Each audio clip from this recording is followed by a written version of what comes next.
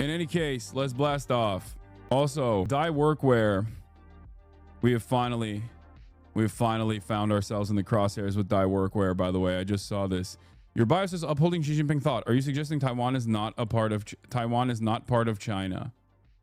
I'm not a cinephobe. I think there are plenty of talented Asians like the ones from Japan, Taiwan, Japan, Italy, Japan. Oh, never mind. I misunderstood. I misread. He was saying Taiwan is Chinese Taipei. Never mind. Okay. Never mind. 4chan was hacked. Code is out. I don't know what that sounds like a meme. The hacker 4chan has been hacked. OpenAI reportedly working on social media that rivals Elon's X Twitter. Ugh, God, gross. There is a necessity for it, but it's just I don't trust the OpenAI guys at all. Anyway, trade war, panic ends, keep fighting. That's it though. That's all I got for personal news. We're gonna talk about, of course, Trump deportations regime continues. They keep lying about Gilmar Abrego Garcia. They keep lying about Abrego Garcia. Trade war panic ends keep trade war panic ends, instability. 4chan was hacked and more. Get in now. I'm also talking to Kneecap right now. I'm gonna see if we can like do a live stream at Coachella. Mention 4chan hacking your blast off instant plus 5k viewers. I doubt it, but anyway. Okay, well, I'll cover the 4chan hack as well. The hacker 4chan has been hacked.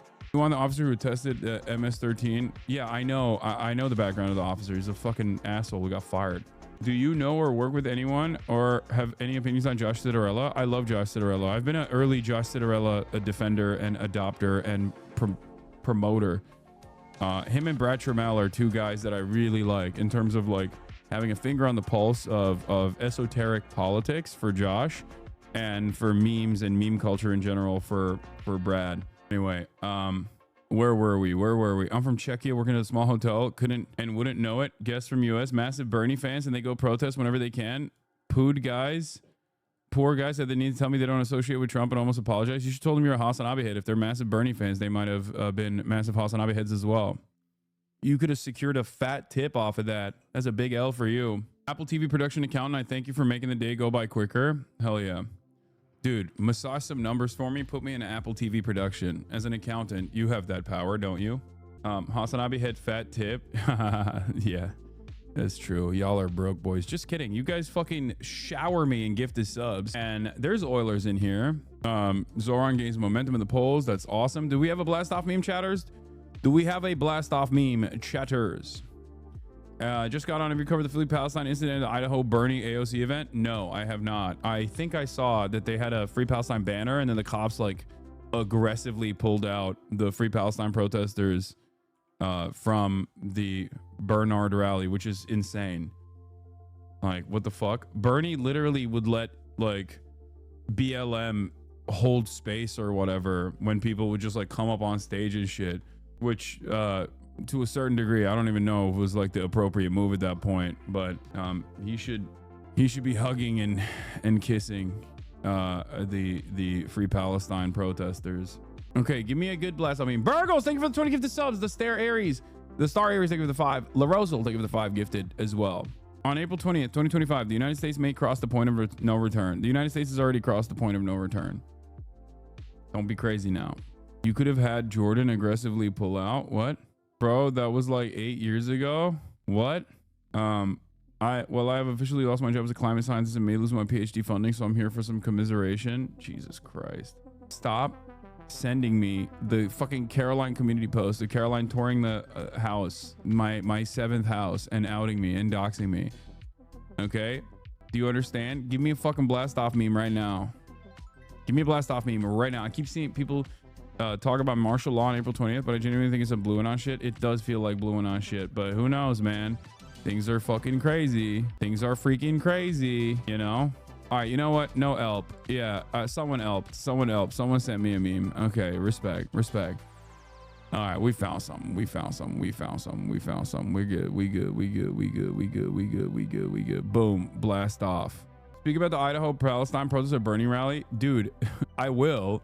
But it's so funny. Whenever something happens at a Bernie rally, there's like There's especially in with respect to the Palestine, with respect to like the pro-Palestinian movement, there's just like a bunch of people that immediately go, dude, you have to talk about this. Like you could have Donald Trump sending out fucking nukes, okay? You could have Donald Trump who 30 minutes ago fired nukes off, and there will always be guys that go, you have to talk about Bernie. Like of course I will, but like calm down, you know what I mean? Like we'll get there. Are they wrong? Yes, they are. Not like the protesters. What the cops did is completely unacceptable, and I think Bernie has to literally be way more aggressive in terms of like defending pro-Palestinian protesters and things of that nature. I'll talk about that in a second. My point is, your hyper focus is like incredibly narrow. Do you see what I'm saying? Like, calm down. Yeah. Oh wait.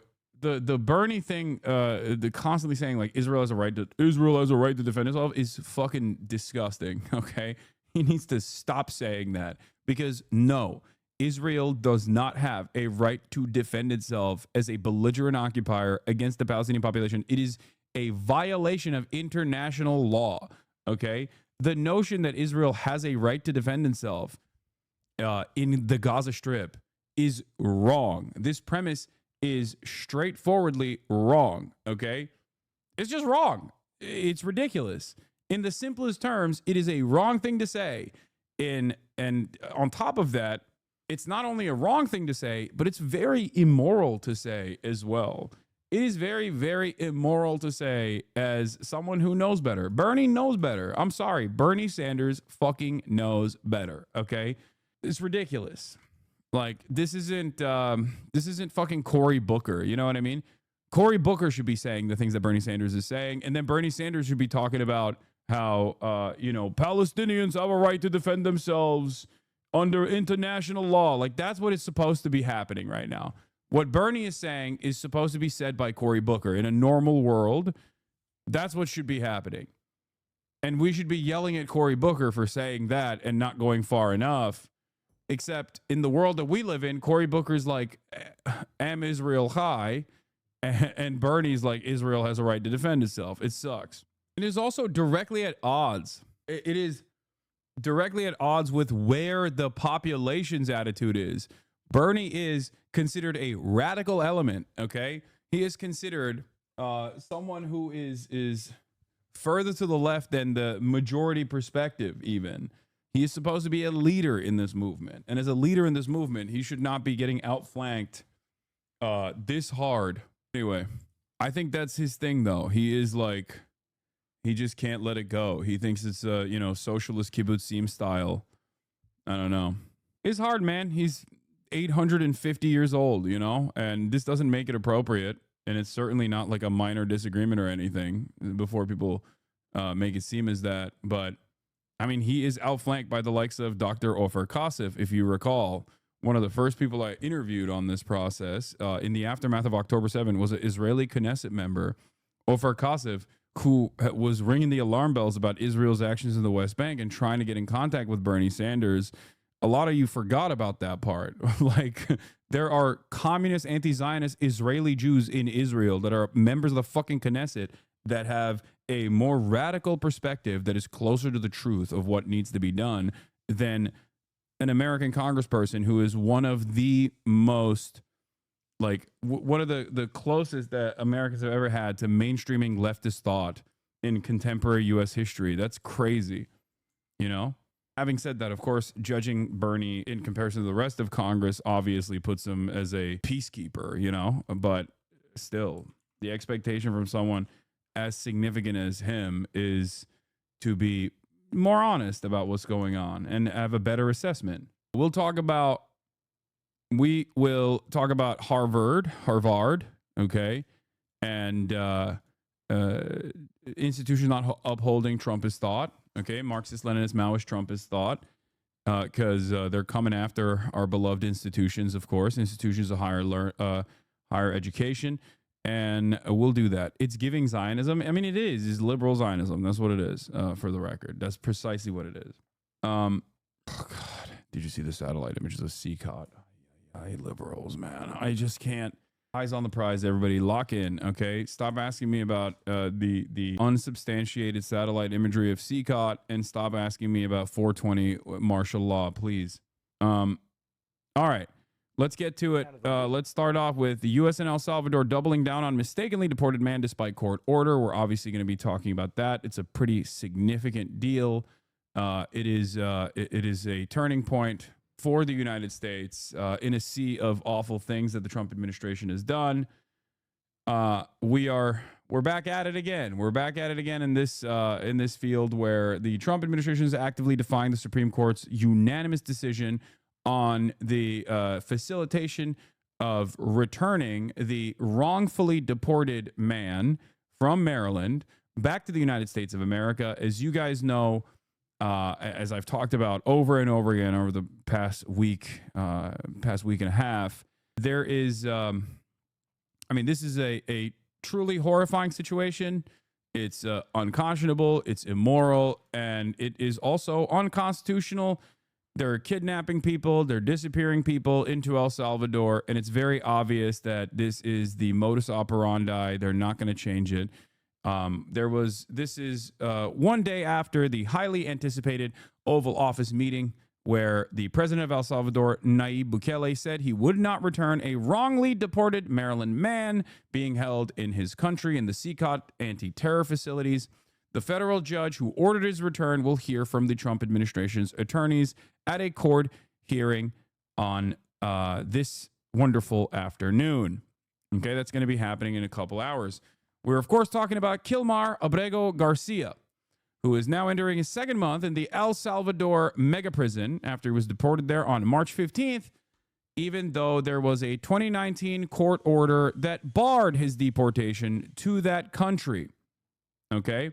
That means that in an immigration court, Kilmar Abrego Garcia was found to, one, not be a member of any gang whatsoever, but more importantly than that, specifically not deportable to the country of El Salvador, given that he was not only not a gang member, not a member of MS-13 at all, but also beyond that, he had actually given information up on a competing Salvadoran gang, which put his life in the crosshairs if he were to ever return to El Salvador.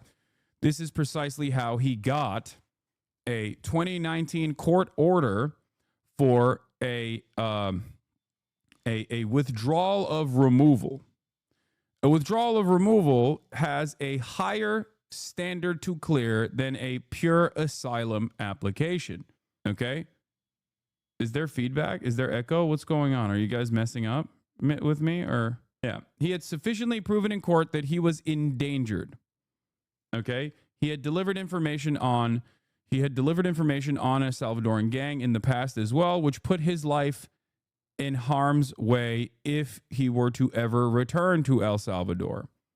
Do you understand? Trump administration officials, on the other hand, claim falsely that Abrego Garcia, who escaped political violence in El Salvador in 2011, is a member of the criminal gang MS-13, and yet they have provided zero evidence. A withhold of removal. Did I say withdrawal? Oh, God damn it. I mess this up every time. A withholding of removal. Okay? It is, you go to the courts, there's a couple different things you can do as a migrant, as an immigrant, as an asylum seeker, okay? Someone who is escaping political violence, okay? One of the things you can ask for is a withholding of removal, which means that as a Salvadoran, as a Salvadoran man, as someone from El Salvador, if you come to the United States of America and seek asylum on U.S. soil and prove in a court of law that you are escaping political persecution or any sort of like serious violence, that you can make it so that it is illegal for the government to deport you to El Salvador, even if you haven't processed your asylum eligibility, even if you haven't completed your asylum application, even if you haven't completed your immigration status, for example. That still means that the government cannot remove you from U.S. soil and send you to El Salvador. And that's precisely what the American government did. And not only did they do that, but they kept lying about how he was a terrorist, how he was an MS-13 member, how he was a terrorist. It is disgusting, and it is just pure white nativist, white supremacist, anti-immigrant garbage. And yet, seemingly, given the past couple of years of uninterrupted, unrestricted, white supremacist, anti-immigrant garbage that has dominated the airwaves, there is very little pushback that was developed in this process. People are not ready and well-equipped to actively fight against such a thing.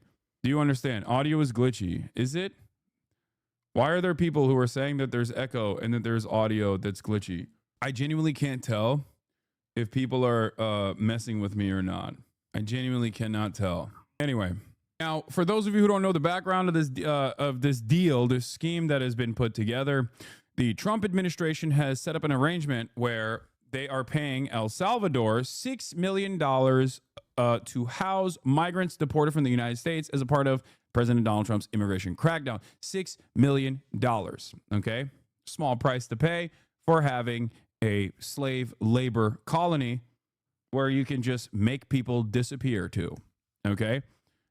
This slave labor colony also is not beholden to U.S. constitutional protections, of course. It's like Gitmo on steroids, basically. And yesterday, there was obviously a meeting in the Oval Office where Attorney General Pam Bondi and Stephen Miller spoke on the matter. Let's take a look at the ABC News coverage on this, and I'll talk about it a little bit more. Legal showdown over a wrongfully deported Salvadoran national. The Trump administration is resisting a Supreme Court order to facilitate the man's return to the U.S., and El Salvador's president refused to send the men back in a White House meeting with President Trump. Senior national correspondent Terry Moran has the story. Unfortunately, withholding is a final order of removal that is withheld, but the government can exercise that final order at their discretion.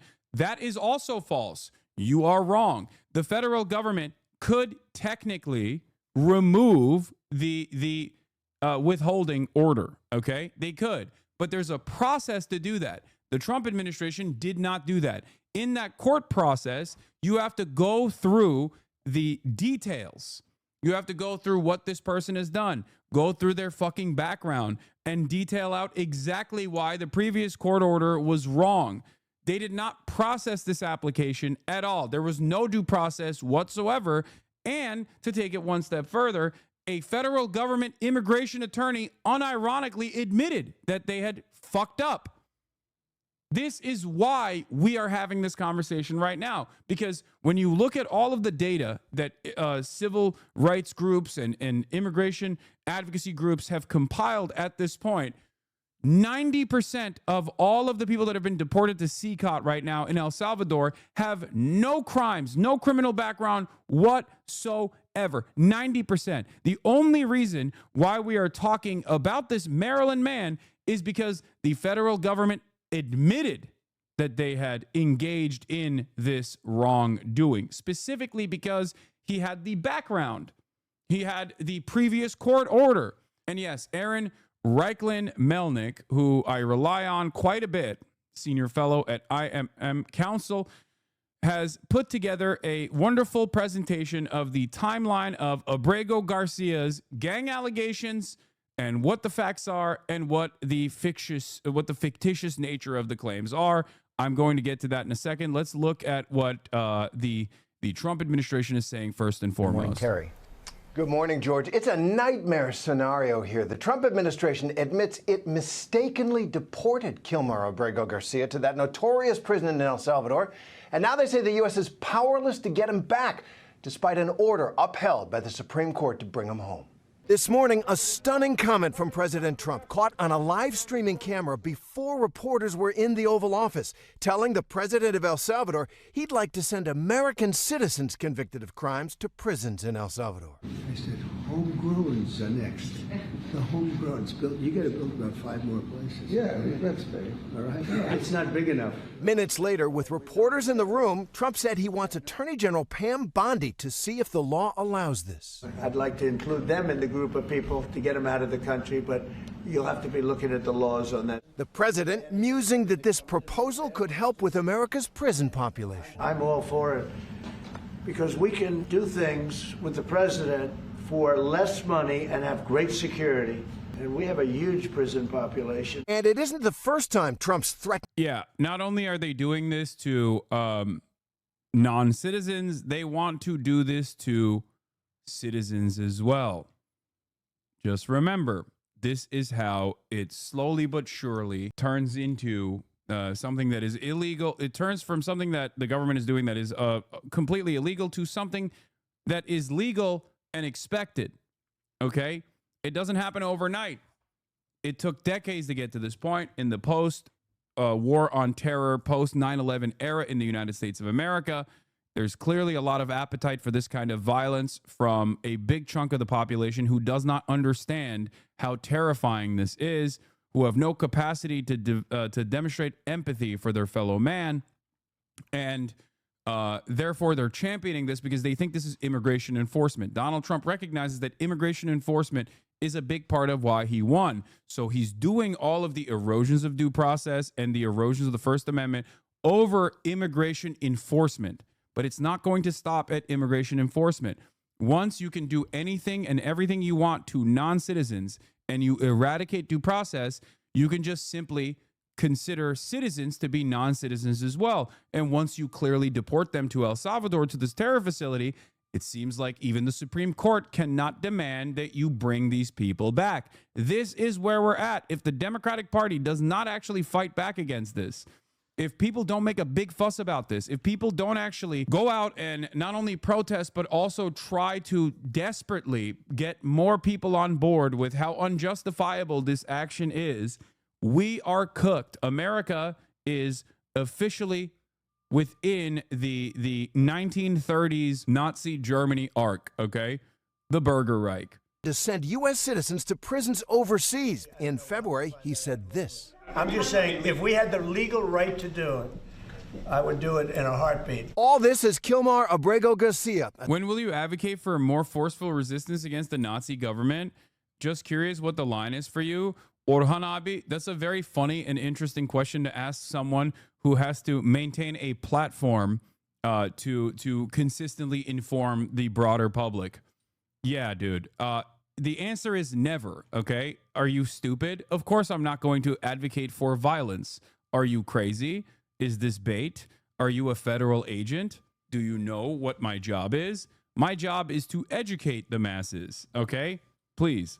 A Salvadoran migrant, husband and father living in Maryland, languishes in that notorious Salvadoran prison despite a court order that the administration must bring him back to the U.S. Big homie's looking at the Trump administration doing Nazi stuff and going, hey, why won't you agitate for people to engage in direct acts of violence so that we can send you to the El Salvador facility, as a matter of fact? Yeah. Yes. The government claims Abrego Garcia is a member of the MS-13 gang, but a federal judge said last week they have offered no evidence to back that up, and he has no criminal record here. Hassan, do you know anyone in immigration at the state level? I'm desperate as fuck, man. It's been 2 years of headache. No, I do not. Especially not under this government in any way, shape, or form. I'm sorry, Jake and Bake. I literally don't know. And I don't even know where to begin on that stuff to, Here or in El Salvador. And the Supreme Court last week unanimously ruled. Also, why the fuck, dog? It's getting worse. Dude, I'm going to be honest with you, Jake. Jake, it's just you and me right now. Listen to me. Stay the fuck in China. What are you doing, dude? You literally lucked in. You already lucked in. You speak Mandarin. Just work your way up the ranks. Meet the members of Chinese Politburo and stay the fuck in China. You are already living the goddamn dream. What is wrong with you? Why would you come back here? Why would you want to bring a wonderful Chinese netizen to the horrible U.S. soil? You are already living in the fucking future. Become the white monkey that we all dream of becoming one day. What the fuck are you doing?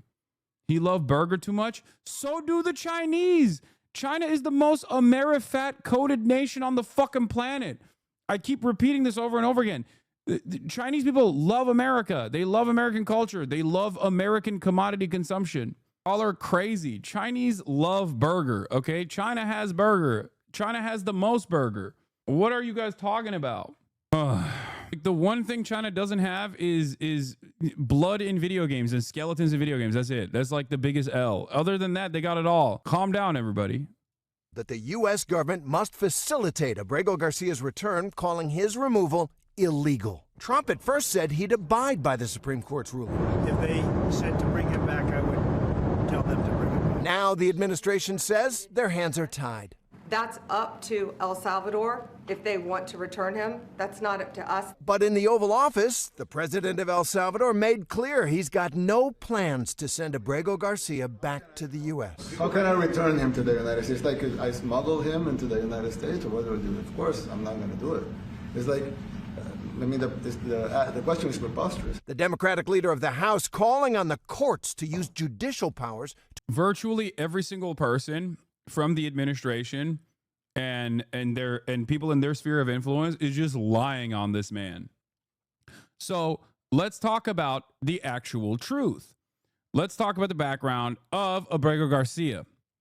This is Aaron Reichland Melnick, senior fellow of IMM's counsel, updating this timeline to fix a typo and error in the last box, presenting the full version of Mr. Abrego's time in the U.S. using court documents to explain the allegations of gang membership and what actually happened in his case. Here it is. Okay. Entry and early life. Hold on. 2011 to 2019. Okay. Kilmar Abrego Garcia flees El Salvador to the U.S. at the age of 16 after M18 gang members extort his family and threaten to kill him and rape his sisters if they didn't keep paying. He moves in with his U.S. citizen brother in Maryland and lives there without trouble for years. Then comes, on March 28th, 2019, the PGPD arrest. Kilmar is arrested for loitering outside of a Home Depot while looking for day labor. A Prince George's County Police Department detective grills him about whether he's a gang member. He denies any involvement. 4 hours later, he is transferred to ICE custody without the PGPD charging him for any offense.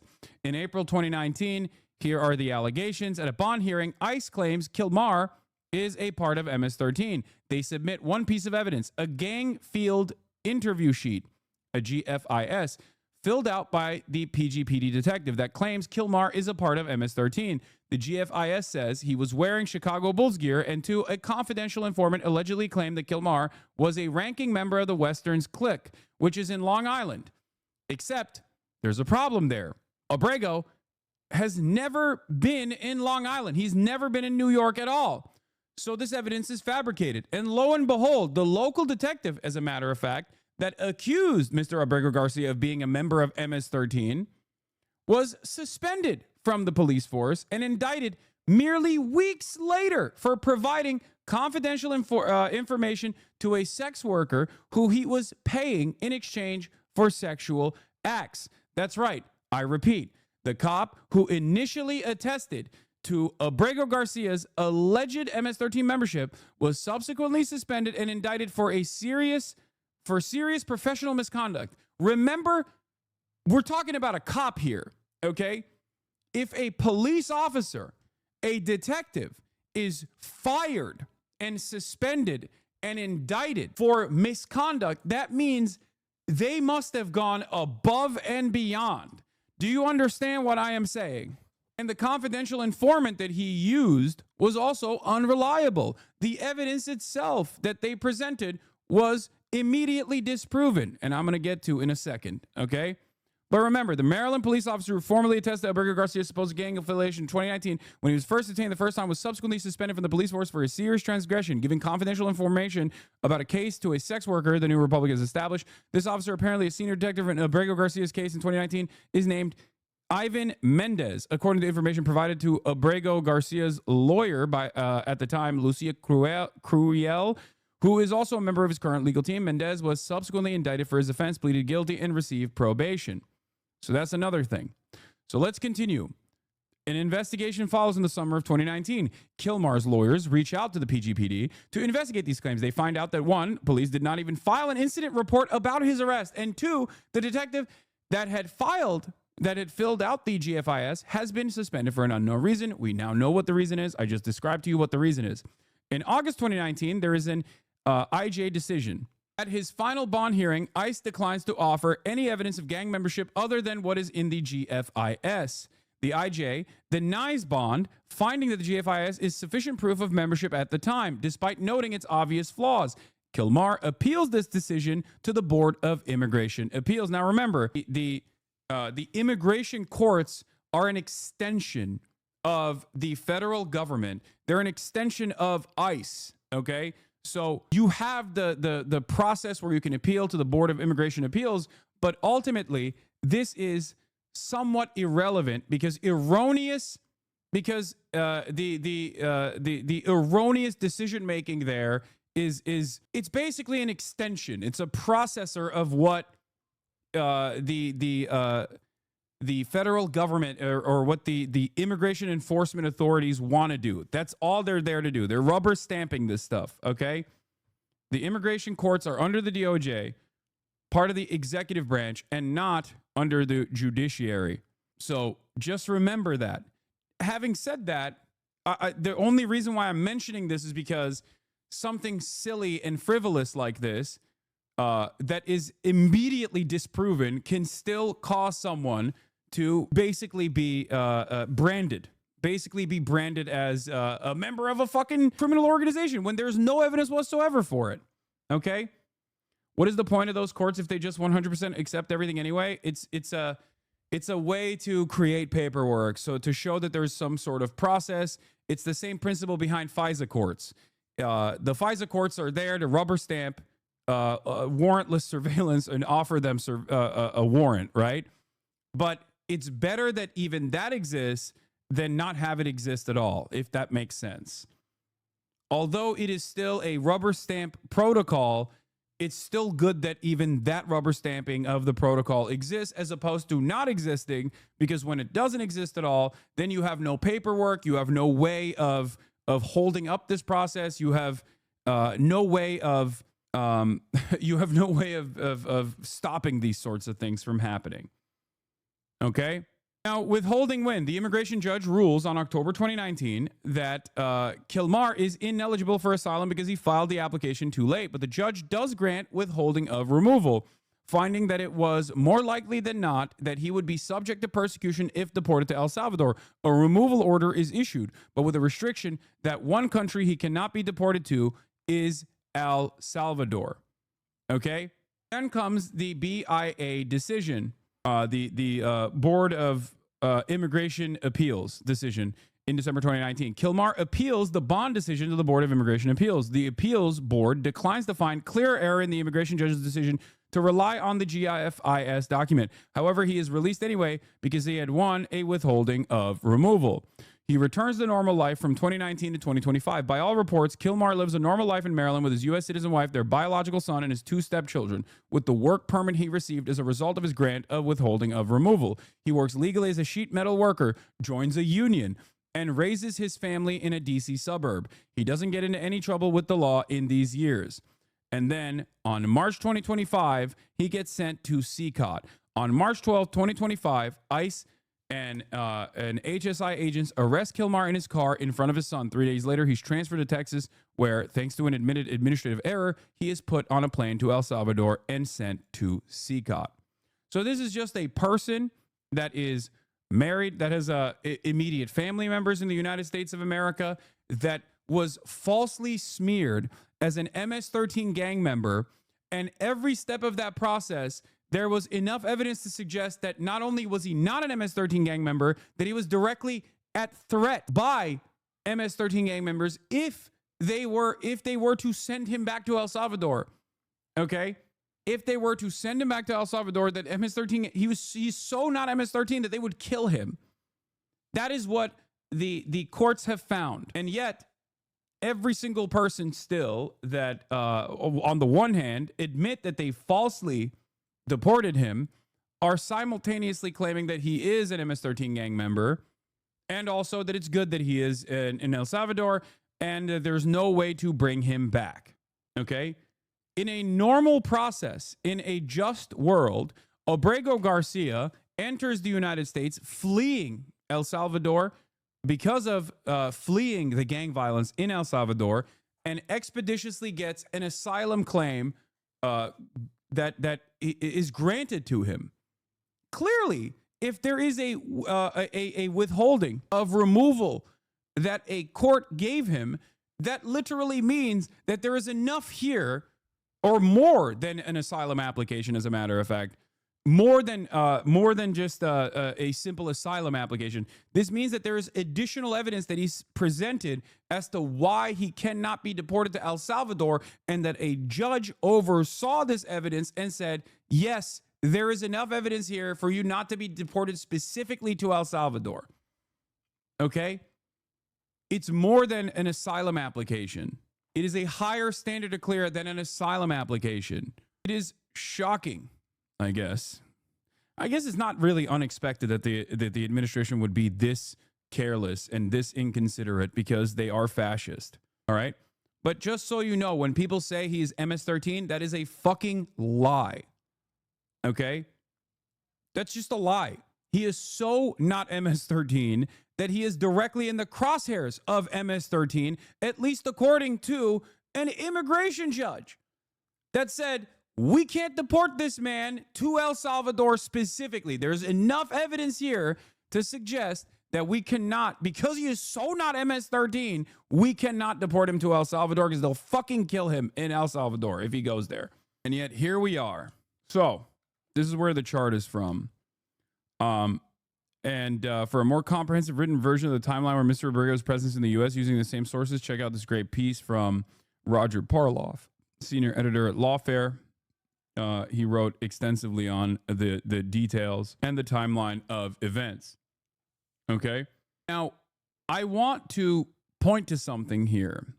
The very fact that we are even covering this story is because the administration, the immigration attorney on the federal side admitted that there was an administrative error, because there was one, right? There was an administrative error. And they admitted that there was an administrative error, which turned this into a bigger story. There are plenty of people that this administration has actively deported that did no wrongdoing whatsoever.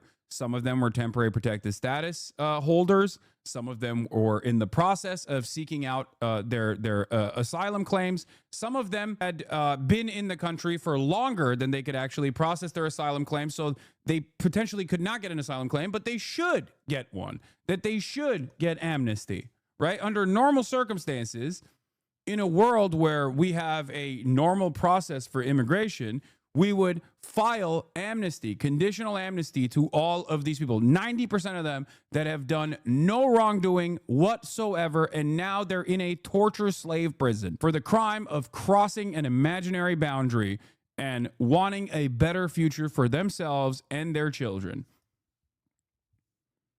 Kidnapped in the street. Some of them so falsely and erroneously kidnapped from the street that ICE itself, in the process of said kidnapping, will recognize that it's not the right person.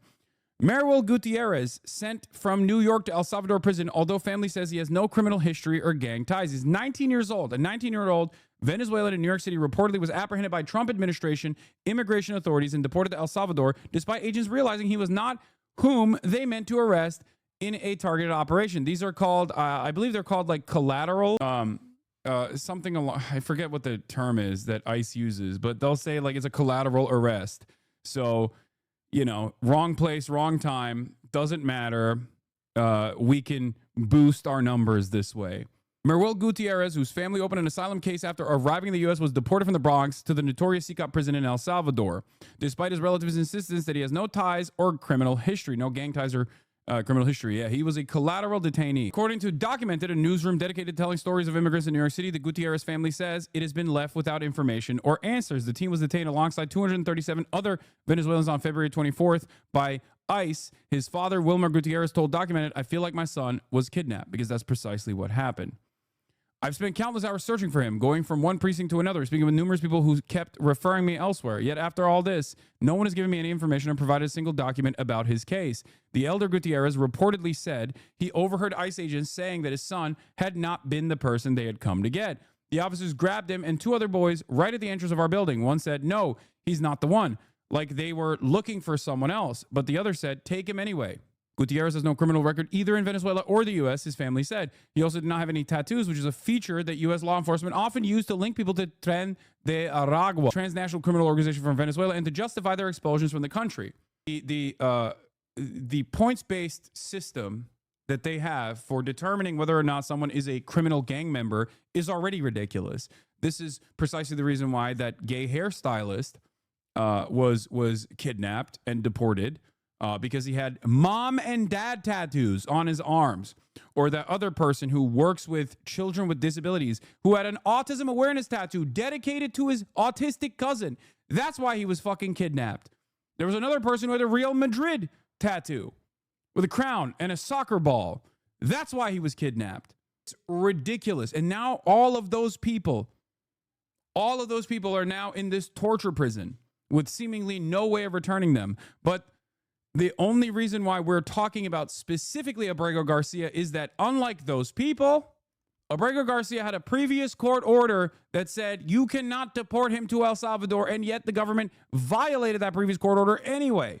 And on top of that, the Supreme Court found that the federal government has to facilitate the return of Abrego Garcia in a unanimous decision. And yet the Trump administration is claiming that the Supreme Court actually gave them all of the power here because it's a matter of foreign policy. It's not a matter of foreign policy. We have determined wrongdoing in the past within the immigration enforcement system and have even demanded El Salvador return people that we sent to CCOT. The Trump administration has done this. Every administration prior, in the process of mass deportations, because we have a cruel white nativist immigration agenda, have falsely sent people overseas and sent people to countries that they are not supposed to be sent to. And then we have followed through. CEO of Bad Takes. Yeah, I'm the CEO of Bad Takes. Do you have a good take? Do you have a counter to anything that I'm saying? Do you have any sort of counter narrative here, or are you just simply going to go la la? He's Mexican and therefore terrorist. Sucks to suck. The Great White Hope is fixing the country, right? That's what you're going to say. I know they were MS-13. Yep, there you go. No, they weren't. I just spent the entire past hour. If you understood the English language, if you had the processing capabilities, you would know that, no, that person was not MS-13 at all. Sorry, just arrived. Yeah, well, you're a fucking moron, okay?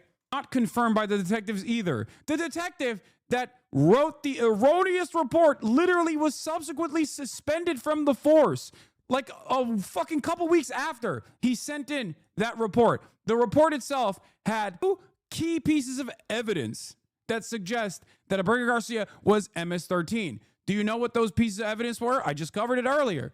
One, that he had a, Chicago Bulls hoodie?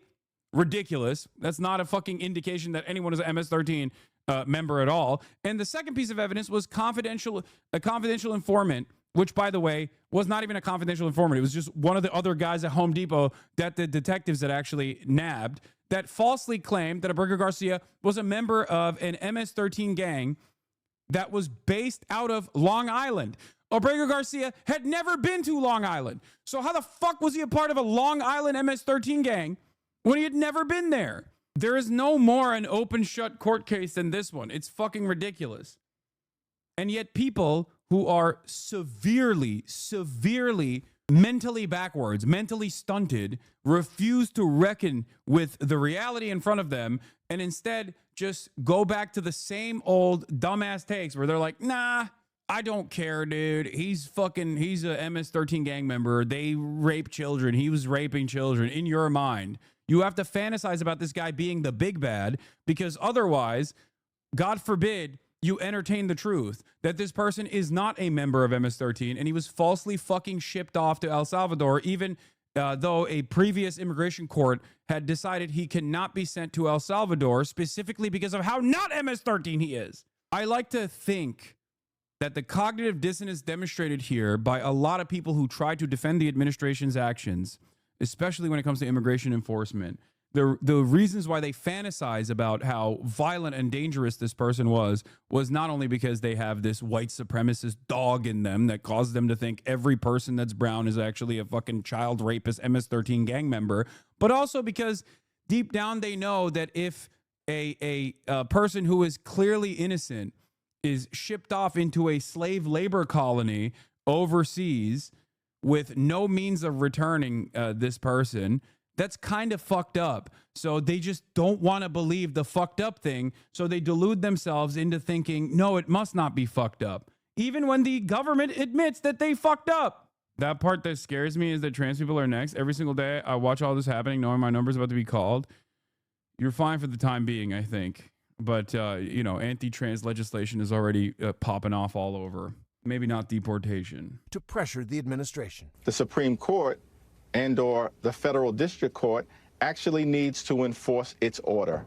Abrego Garcia's lawyer spoke with our Lindsay Davis, and he says he personally has worked with the Department of Homeland Security to bring back clients from other countries after winning their cases in court. Quote, he said, "We're not asking anybody to do anything illegal. We're asking them to follow the law." George? Terry, this is very likely to go back to the Supreme Court absent any evidence that the administration is actually trying to get him back. Absolutely. And the problem that the Supreme Court has is that they have no enforcement mechanism for the order that the administration is under. They have to count on the president to obey it. Terry Moran, thanks very much. In today's Capitol Close-Up, we welcome Maryland's Democratic Senator Chris Van Hollen to discuss the latest developments. Yeah, I really like what Chris Van Hollen is doing, and I really hope that other Democrats take notice of it and also participate in this. I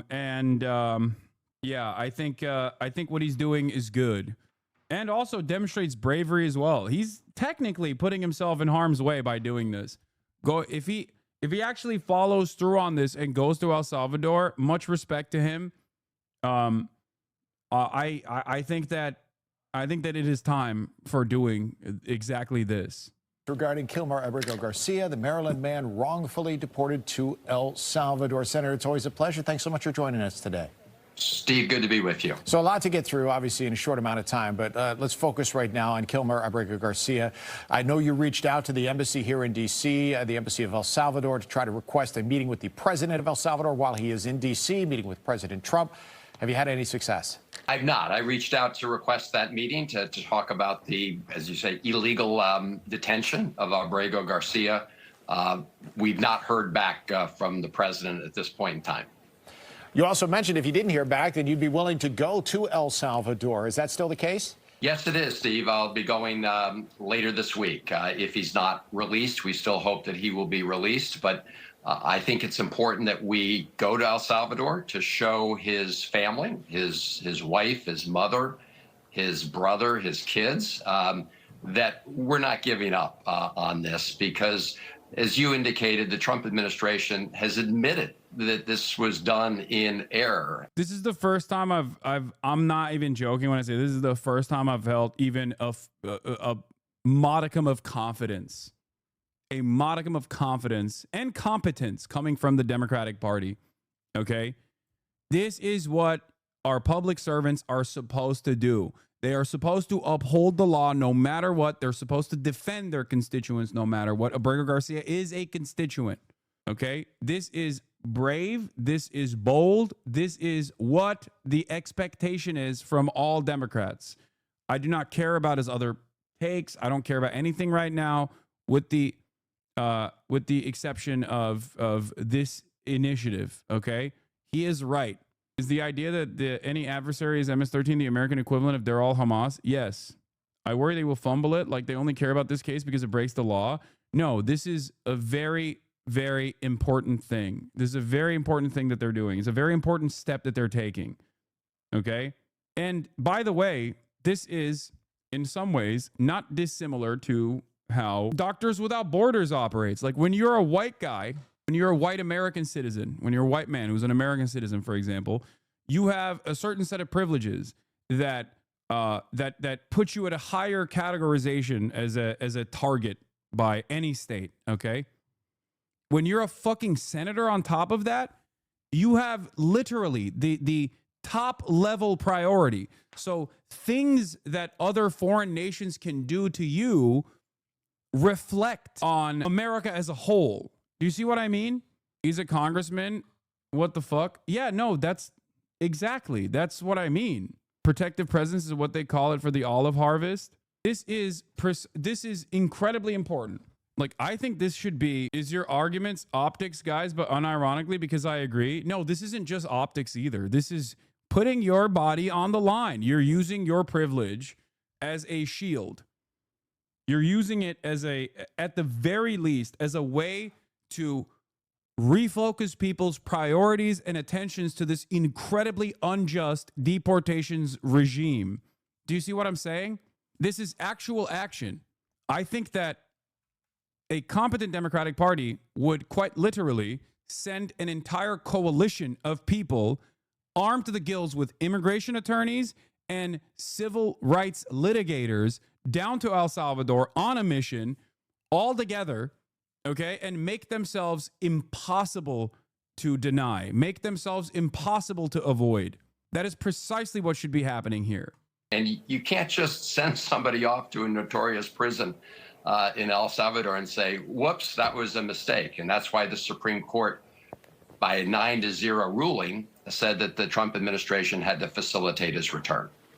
So a couple of things. One, to your last point of sending someone to this notorious prison, is it more of an argument in your favor that this is someone who was not necessarily deported, but deported to the prison?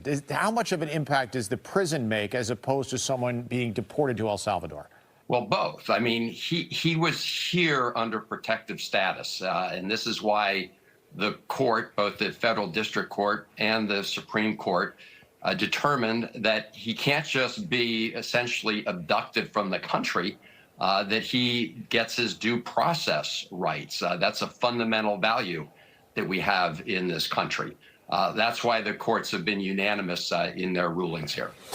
So now there's this legal limbo. Yeah, if something happens to a U.S. senator, it becomes an international incident. It reflects poorly on El Salvador, and Trump looks weak if he doesn't respond to any provocations by El Salvador. Exactly. Do you see what I mean? Like, this becomes a major issue of consequence for the Trump administration if, as the American president, he literally lets El Salvador, a much tinier, much less powerful nation, dominate not only American citizens like this, but literally a fucking senator. Do you see what I mean? Üç. Yok, üç. Do you see what I mean? They'll just say the senator was a terrorist? No shot. I don't think Americans will stand for it. I disagree that Trump will look weak to his base. He'll just support it. They'll love that a Democrat is being hurt. No. I think you guys are wrong, and I think you're misunderstanding Trump's base in general. Yes, there will be the Asmongold coalition, but they are far from the... It's an unknown senator. Dude, it's a senator. What are you talking about? Why do you think the cartels don't touch American citizens and literally turn around and apologize when they accidentally kidnap or, God forbid, kill an American citizen? What happens if an American citizen is harmed by any citizen, like a fucking traveler, okay, a tourist, accidentally gets kidnapped by the cartel? What do? They assassinate the fucking cartel members that actually did wrongdoing to the American citizen. Why? Because the American passport is a reflection of American hegemonic power, okay? That's a literal random American that we're talking about. Not every country is like Israel, okay? Israel gets to do whatever the fuck it wants, but other countries cannot get the Israel exemption, okay? You are crazy. This is not Rashida Tlaib either. This is not Ilhan Omar. This is a fucking white guy, dude. A white guy from Maryland. What are you guys talking about? The same principles, the same fundamentals that allow Americans to turn a blind eye to all this injustice because it's happening to brown people, white nativism, white supremacy, is the same principle that will cause them to pay close attention to a fucking white man, senator from Maryland, going to El Salvador. You can't do certain things to a guy like that. I think the old rule set is dead, my guy. No, this will cause tremendous instability, okay? What is happening in chat, by the way? Like, you guys are so pessimistic. Okay, you guys are so fucking pessimistic that you're like, what? What's the alternative? That he do nothing? What is happening here? That Kilmer Abrigo Garcia is in. The president of the United States is saying he can't do anything about it. It's up to the president of El Salvador. The president of El Salvador said yesterday at the White House he can't do anything about it. He doesn't want to do anything about it. His contention is that this is a Salvadoran citizen who's being held in El Salvador, and he considers him to be a terrorist. President Trump could do something about it, but at this point he says he's leaving it up to El Salvador. Okay, so that's the backstory there. The Supreme Court said that you have to facilitate this. He's caught in legal limbo right now. So even by going to El Salvador, Senator, what can you do? What plan might be in place now if this is someone who is caught between the presidents of two countries, neither of which is making moves to bring him back to Maryland, your jurisdiction? Well, you can call it legal limbo, or you can call it outright defiance of a court order. And that's what President Trump is doing, is defying a court order. Everybody knows that if he makes a request to the president of El Salvador to bring Abrego Garcia back, that would be complied with. After all, we are paying the government of El Salvador the money to keep these individuals detained. At the same time, the president of El Salvador, when he claims he has no power to release him, it's absurd. And this throwing around the term terrorism when this person has never been convicted of crime just shows the lies that we're hearing. I mean, that was just such an outrageous, bizarre episode at the White House the other day, where everyone's sort of saying, you know, I'm not going to let him go. I'm not going to try to let him go. I mean, this is in defiance of a court order. This country has stood for the rule of law and due process, and I'm going to go to El Salvador to try to see Abrego Garcia and also talk about his release. I will point. You underestimate the anger, Hassan. Mike was right. The Democratic base is reaching a boiling point. What are you talking about? This is why I'm saying senators like this and actions that are taken like this is actually a good thing, because it fucking causes people to pay attention to what's going on. What are you saying right now? That this goes along with the anger and resentment and frustration that people experience. This is quite literally the point. And out, Steve, that the Congress has to approve funding. This is infinitely more directionally appropriate than what fucking Cory Booker was doing, okay? From the United States to El Salvador, and I'm not going to support one penny if this Marylander continues to be illegally detained there. Senator, when you're a member of Congress, you have tremendous power, okay? I know that Donald Trump is actively trying to undermine the legislative body, and the Republicans have actually taken a lot of initiatives in that direction and have successfully undermined the legislative body, but you still have some fucking powers in your hands, okay? As a senator, you can just get a coalition together and try to revoke any sort of like foreign aid going to El Salvador, for example. Like, these are things that you can advocate for. You can veto the pre-existing aid that's going to El Salvador. You can fucking try and veto Trump's $6 million scheme, for example. Like, there's a lot that you can do. They have power. If they didn't have power, Trump wouldn't be actively trying to undermine the legislative body's power to begin with. Okay, 25% El Salvador GDP is U.S. aid. There you go. Shout out to Jim Jones for popping a senator at People's Temple on foreign land, ironically proving your point because he got flamed for it and investigated. Yeah. Oh. Want to get some more right now in our top story, the legal saga over the fate of a Maryland man mistakenly. Like, the very fact that this story is becoming a story, you have to understand something. If you're in here, if you're in this community, you've heard me talk about the deportation regime for quite a while, nonstop. I've offered endless coverage to this issue. So you're obviously very well aware of what the fuck's going on. But average Americans, if you recall my conversation with Ested Herndon of the New York Times, average Americans are not fully focused on the deportation side, and they're utterly oblivious to the cruel deportations regime that Trump has implemented. They're utterly oblivious to the violation of due process. They're utterly oblivious to the violations of the First Amendment on the anti-Israel student kidnappings that are taking place. All of this stuff is happening as the public has not been able to focus on it at all. Meanwhile, this is the story that finally tilts the scales in our direction because people are covering it. The mainstream is consistently covering it. It's becoming a point of contention. This will change the 2080 issue into a 50-50 issue and then inevitably turn it into a 2080 issue in the other direction. This is how it happens. People do not magically have this information beamed into their brains. They have to see it. They have to understand why it's like cruel, why it's unjust. And all of those liberals that we mock here on a daily fucking basis will play a formative role in getting the broad awareness campaign going. Okay? That's it. That's it. Even your fucking MAGA parents need to see this reality and go, I'm turning sour on this stuff. I don't like it. That's how it goes. That's why I still actively yell at the Democratic Party despite not believing in them, because I want them to actually make a fuss. Because if they make a fuss, then the media covers it. And when the media covers it, then inevitably more people are aware of what's going on. They demand their congresspersons to make even more of a fuss. This is how change happens.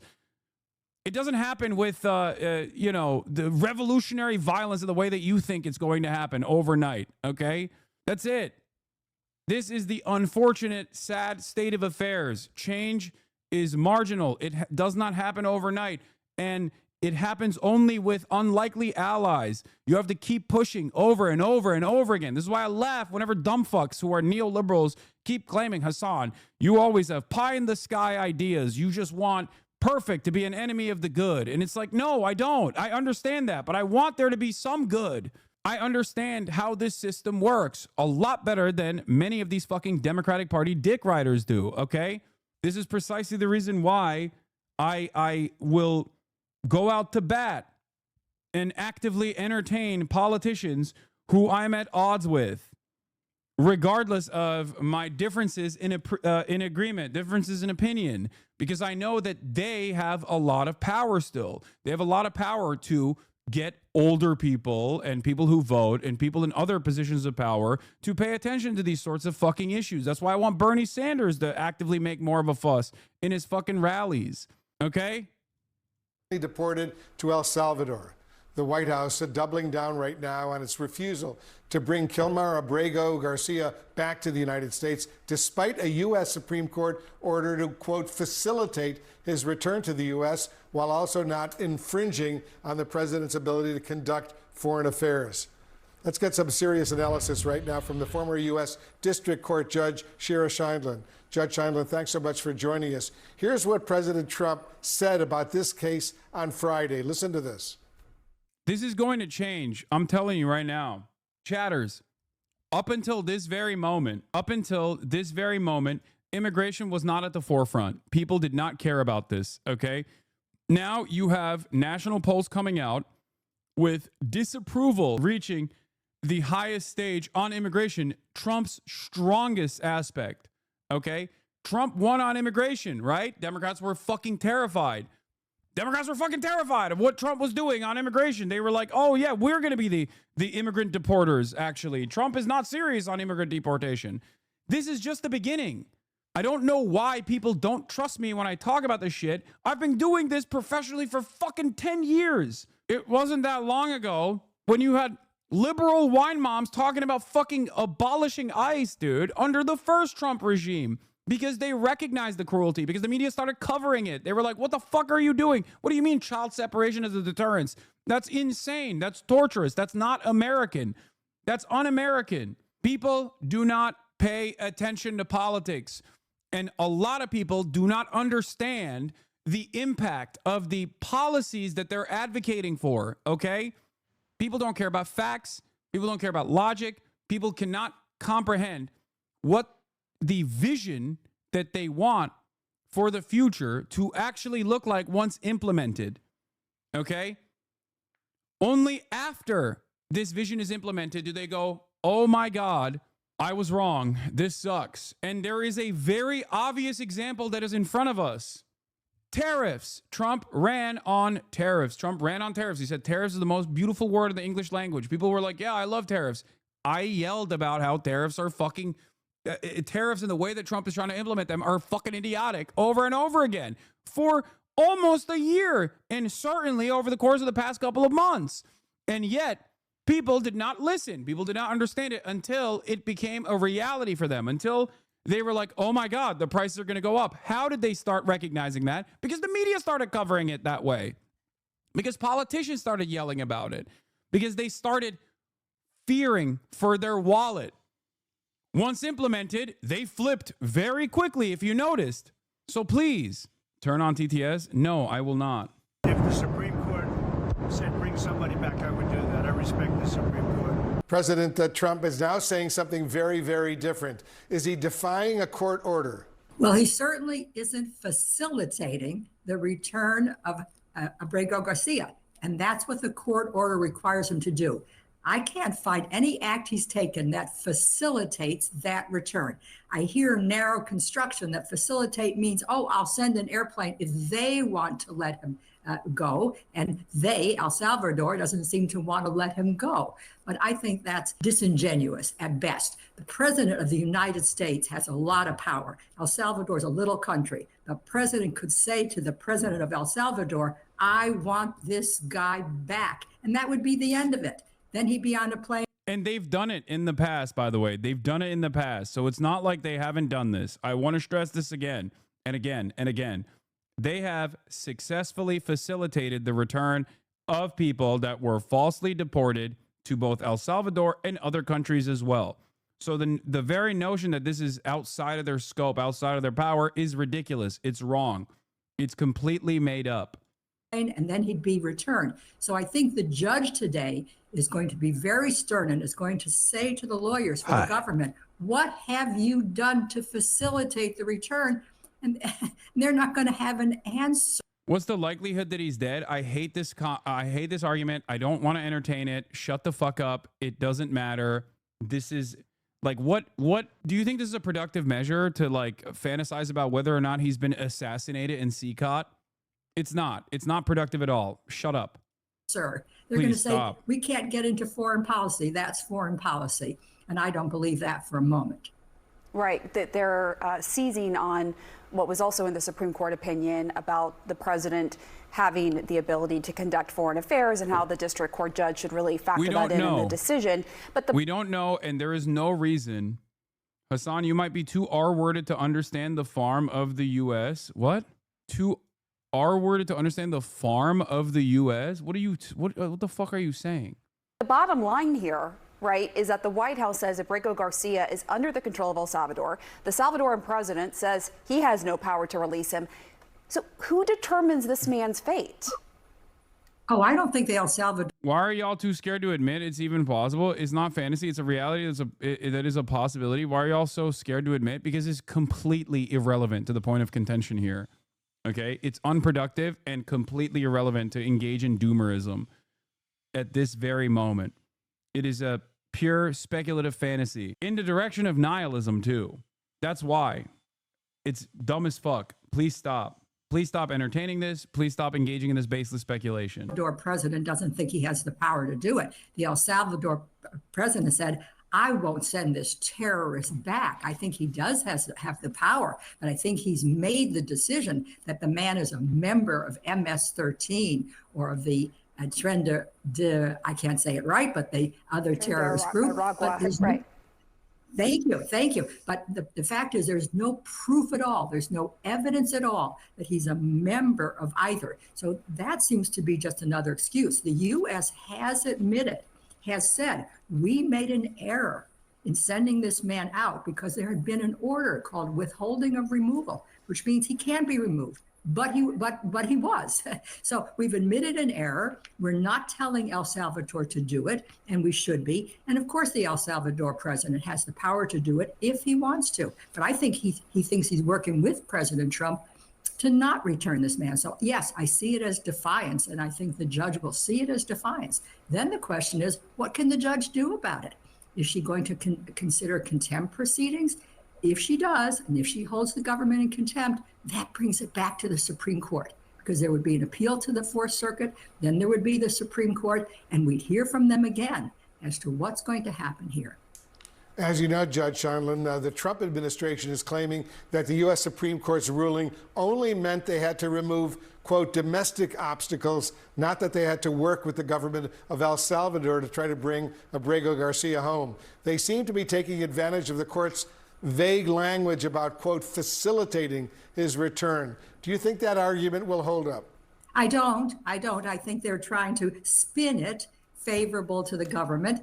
Each side here has claimed a victory, which is kind of interesting, but a 9-0 decision that brought every member of the court together, to me, is very clear. It means he didn't get due process, he has to be returned, and you have to facilitate that return. So I do think that the judge, as I said, will have very little patience for the government's position and will consider what can she do about it? What can the court do? Is she really without power?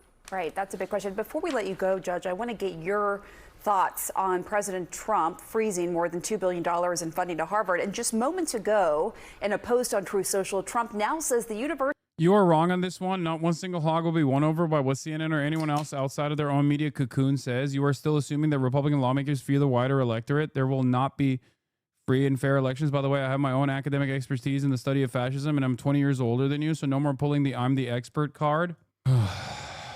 Okay, dude. You got it. Thanks. Don't worry. This kind of stuff has the capacity to have the Joe Rogans of the world be moved in this direction against Trump as well. You do not know what will happen. So stop fantasizing that there's nothing that we can do and there's no change that can happen, and that marginal improvements in getting people to be directionally focused on one of the most glaringly obvious unconstitutional fascist implications of policy from the Trump administration is a bad thing. Okay, it's bad. I'm 50 years old and I wrote my expertise is in fascism, so shut the fuck up and be a doomer is ridiculous. How is that in any way, shape, or form different than Fukuyama thought, where no, sorry, no more history will happen. No more history will happen. History is done. We ran out of history. Yeah, revolutions were a thing of the past. They will never happen again, ever again. So what should we do? Adopt a nihilistic framework and just be like, yeah, it sucks. University should lose its tax-exempt status and be taxed as a political entity. Is this constitutional? Yeah. Also, how can you say that something will not change public sentiment when Israel is right there? 2 years ago, Israel's approval rating was fantastic, okay? It's not like Israel wasn't an apartheid state 2 years ago. It still very much was. Look at Israel's approval rating now. It's in the shitter. It's in the dumps. Now, you might say the public is swayed in one direction, but that doesn't mean that the administration will follow through and be moved by the public opinion. And there's some truth to that. Okay, there's some truth to that, certainly. We're experiencing it right now. But there's only so much that the public can take until they say enough is enough. Okay, my job is to get you to that point. My job is to get as many people as possible to that point where they recognize that we are all frogs in a pan boiling right now. Okay, my job is to show you that we're in the pan and the water is boiling already. What it has to do is what the law firms have done that are resisting Trump's orders. It will have to become the plaintiff in court. It will have to go to court and ask for an injunction and try to stop this order and take it through the court system, because it is not constitutional to lose its tax-exempt status. Yes, federal funds can be withheld by federal employees, that's for sure. So sooner or later that can be done. But it is inappropriate to talk about taking away its tax-exempt status. I don't see that. But Harvard has taken a position that I think it had to take because it's faculty. This is also good. Lib institutions actually fucking pushing back on Trump's ridiculous agenda is also a good thing. It's not a bad thing. It's a good thing. Then the media starts talking about it. Okay?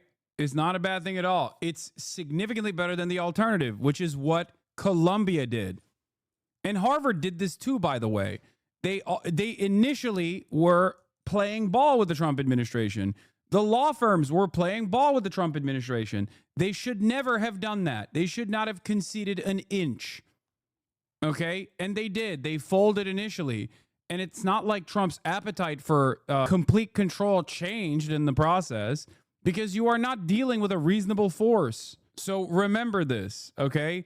All of these liberal institutions, these organizations, liberals in general, the people that go to Bernie rallies, I'm never going to cast them aside as, they're just libbed up. Who gives a fuck, okay? I will work with anyone and everyone that will fight back against this administration.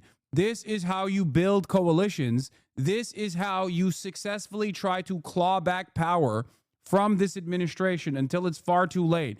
So until you already have created a fucking vanguard, a militant vanguard force that is armed and equipped with the copies of fucking the little red book with AK-47s, shut the fuck up. You are not doing anything. You have no vision of change. You just want to fucking complain. Faculty very much, 800 faculty members, I'm told, urge the university to stand up and fight this clearly unconstitutional order, as are the unconstitutional orders directed to the law firms. Judge Shira Scheindlin, thank you so much for joining us. The president taking this even further, saying that he's asked Pam Bondi to now study the law, potentially sending, he would say, violent U.S. citizens, deporting them out of the country to El Salvador. Legal grounds for that are what? Non-existent, Kate. I mean, I think it's worth reminding folks, one of the complaints that we had in the Declaration of Independence at the beginning of the American Revolution was that King George was sending criminals to faraway prisons. It's almost like history doesn't repeat, but it rhymes. There's no legal authority to send a U.S. citizen to serve a U.S. criminal sentence in a foreign prison. And, Kate, it would be pretty striking if there was, because that would mean any of us could be effectively disappeared. That's the point. That is literally the point. That's what they want to do, by the way. That is what they want to do. Okay? I've been right so far on every single thing that I've said on what this administration is going to do. I've been right about this since fucking 2017, 2018, as I talked about it back then as well. And that is the goal here. Okay?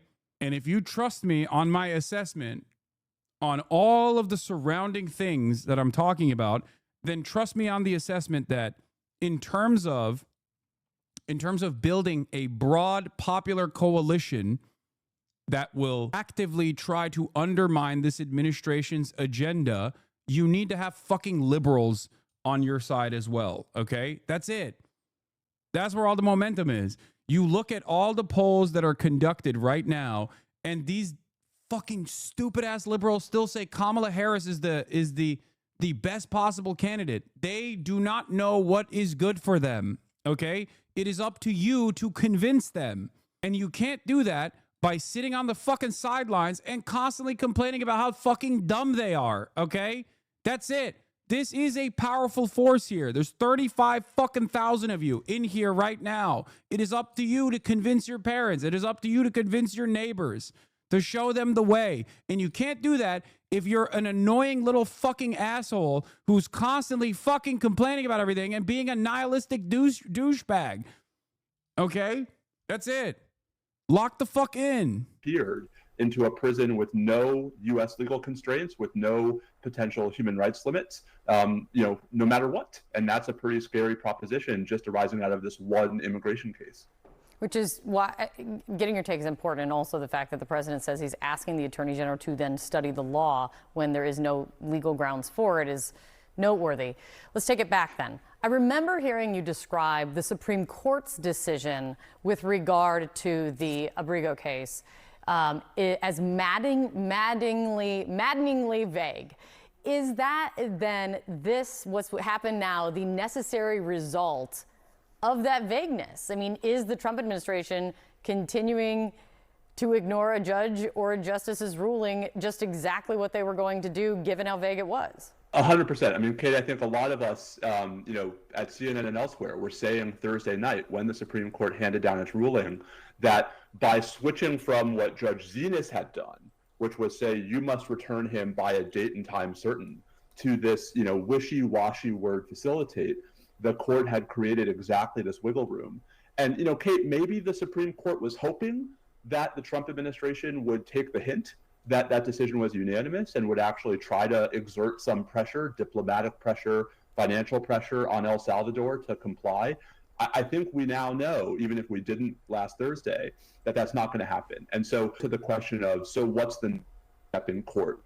I don't doubt for a second is going to order the government to take more aggressive steps to facilitate Abrigo Garcia's return, to put diplomatic pressure, to put economic pressure on El Salvador. If the Trump administration says, we tried and we can't, one, Kate, that's a pretty stunning concession of impotence on the part of this administration. But two, I think the other piece of this is that's going to create a lot of pressure on federal courts in every other immigration case to not let anybody be removed from the country until we're absolutely sure that all the I's have been dotted and all the T's have been crossed. Now I want to play for you how President Trump's aide, Stephen Miller, is trying to interpret the Supreme Court's decision, how he believes it leaves them with no obligation to do anything further. Let me play this from yesterday. Yes, it was a 9-0 in our favor against the district court ruling, saying that no district court has... This is like such an insane interpretation. The court being unnecessarily vague is straight up what happened with the ICJ and Israel's genocide in Gaza. It gave them leeway to say, oh, well, we're not doing anything genocidal anyways. I'm locked in. If my wife's family sells me, sells me to administration for me being too queer, I'll organize my own Impel Down style new comma land in CCOT. Okay, good luck.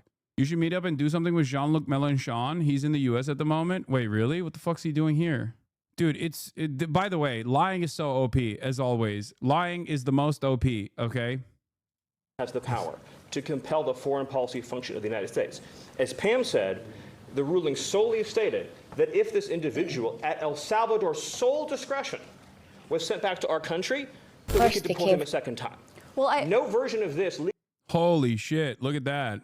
Under Trump, immigration and customs enforcement is becoming the modern-day equivalent of Gestapo and works tirelessly to deport children, doctors, and political activists, not the violent criminals they're supposed to apprehend.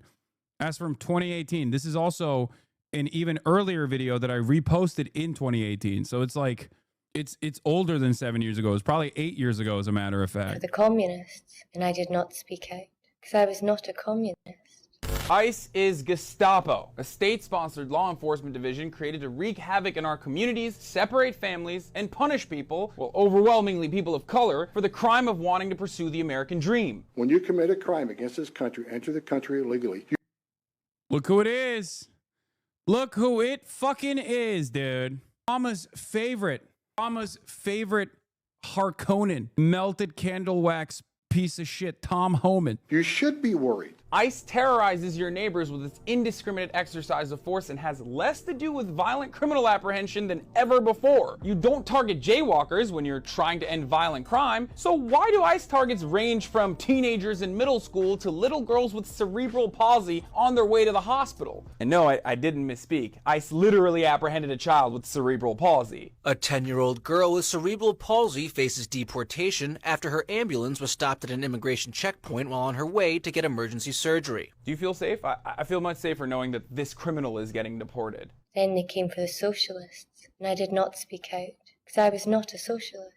And it doesn't end there. Just look at Long Island, for example. Remember at his State of the Union where Trump made it seem like Long Island had been overtaken by Salvadorian murder gangs raping and killing indiscriminately? And by the way, MS-13 has been responsible for a high number of murders in the area, I will admit that. And violent criminals and gang members who are here illegally should absolutely be deported. However, ICE has used this statistic and Trump's constant fear-mongering to justify what The Intercept calls the new school-to-deportation pipeline. Now, in the Long Island school system, undocumented minors are not protected by the law, and they can be reported for insanely trivial things like a scribble on a notebook or for wearing a Lady Gaga t-shirt, which no one should be punished for. Lady Gaga's great. And if you're not documented yet, even if you're waiting on your rare Hasanabi position change, no, I've said the same thing back then as well. If someone has done a crime, I say this right now, if someone has done a crime that is so heinous that it warrants deportation, that's fucking fine if they're an undocumented migrant. As long as there's due process and as long as it is appropriate to do so. I say that today. My attitude has not changed on this. What are you talking about? Oh, you mean Lady Gaga? No, I like Lady Gaga. Lady Gaga's great. Whatever. Who cares? It's entirely dependent on what the crime is, okay? And what the punishments are. If someone has done a rape, for example, I'm more comfortable putting these people through the process. If someone has done a rape, as an undocumented migrant, I'm way more comfortable making sure that the courts go through the proper process, the proper proceedings, and find this person guilty, okay? And then after that, it's up to immigration courts and it's up to the fucking process to determine whether or not it's appropriate for this person to be deported, knowing full well that they are still going to serve out their sentence. Overseas or here, doesn't fucking matter. This does not mean it's appropriate to fucking send them to CCOT in any, in any case. That's not my argument either. Green card to arrive, you basically have no rights. Then they came for the trade unionists, and I did not speak out, because I was not a trade unionist. And ICE not only deports children, which is already incredibly inhumane, they also target immigrants who are involved in political advocacy. They detain activists for absolutely frivolous reasons. For example, citing a 10-year-old driving infraction, ICE arrested Eliseo Dorado, who is the husband of a sanctuary church leader in Colorado. Last year, ICE detained and threatened to immediately deport dreamer Daniela Vargas right after she spoke at a rally opposing a proposed state anti-immigration law. But what does the director of ICE, Thomas Homan, have to say about all this? I'm enforcing laws that they've enacted. I'm enforcing laws that the president signed. Yes, I say we should prosecute crimes instead of giving a free flight home. Exactly. That is not at odds with my statement here. I have said over and over again that if there is a crime so heinous that it warrants deportation after due process has been implemented, after someone is charged and convicted, then that's fine. The notion that someone is alleged or accused of a crime, which means that it warrants deportation, is ridiculous and completely fucking unacceptable, okay? Except that's not exactly the case, because the authorities always enjoy a great deal of discretion over which laws are enforced and how severely. The laws and enforcement in the previous administration kept ICE in check, directing agents to steer clear of otherwise law-abiding residents, even if they were undocumented. So basically, grandma doesn't get the boot for a broken taillight because that shit is inhumane. Yet even with those directives in place, the Obama administration still deported more people than Trump in his first year. But there's one area ICE has nearly tripled its enforcement on: non-criminal immigrants. Now, under these new directives, ICE happily targets low-hanging fruit, severely increasing the amount of legal permanent residents, since to a racist shitlord like Donald Trump, these are just numbers on the board. Then they came for the Jews, and I did not speak out, because I was not a Jew. It doesn't matter if you're a law-abiding legal public defender here. Our undocumented inmates have ICE detainers. Once convicted, ICE can take them, or typically after sentence is served, ICE takes over. That's how it works now. Well, used to. Yeah. Usually the deportation comes after the sentence is served, for the record. Permanent resident. Even if you're here legally and ICE doesn't like your tone, or if you have a tiny smudge on your record, they will target you for deportation. It doesn't matter if you were brought here at the age of 1 and 29 years later your 5-year-old son is battling leukemia. ICE will first tell you you're not a priority when you submit an application for sanctuary, then they'll detain you years later. No one is safe. Community leaders and business owners of immigrant backgrounds are subjected to intense scrutiny and get detained. Even doctors aren't safe. A doctor has been arrested, detained by ICE after living in the U.S. for nearly 40 years. This guy escaped Poland at the age of 5 and was a legal permanent resident for 40 years. He was nabbed for 2 crimes committed in '92 when he stole property worth under $100, and then he broke property over $100, and the offenses were later expunged from his record anyway. But that didn't stop ICE from deporting him. Then they came for me, and there was no one left to speak out for me. Now, I know I'll be criticized up and down for this comparison I've made linking ICE to Gestapo, but it's one that you have to understand. Yes, ICE isn't rounding up immigrants to gas them to death, but that's not how the Gestapo started off either. We live in a time when ICE is actively trying to become a U.S. intelligence agency to get warrantless surveillance powers. History is riddled with examples of horrific, inhumane abuses perpetrated under the veil of following and enforcing the rule of law. Don't forget that Gestapo was also enforcing the laws of their land at that time. Laws of the land change with time and progress, and it's up to us to stand for that change we want to see. It's probably why Holocaust expert Robert Galatly described the Gestapo as a reactive organization, which was constructed within German society and whose functioning was structurally dependent on the continuing cooperation of German citizens. So if Americans want to stop our very own... Being a socialist political commentator is just fucking relitigating Groundhog Day. I feel like I have spent the last fucking decade just repeating the same points over and over again to, albeit an increasingly larger and larger audience. But sometimes I think about how fucking insane that is. Because this video, with the exception of me being like much younger, is almost damn near verbatim identical to everything that I say right now. That's why whenever people fucking ask me like, oh, how, like whenever journalists or media people ask me like, how do you do commentary in real time so fast without like an entire team of producers? I'm like, because the fucking issues haven't changed. I've done the research for the past 10 fucking years. I've flushed out the talking points for the past 10 fucking years.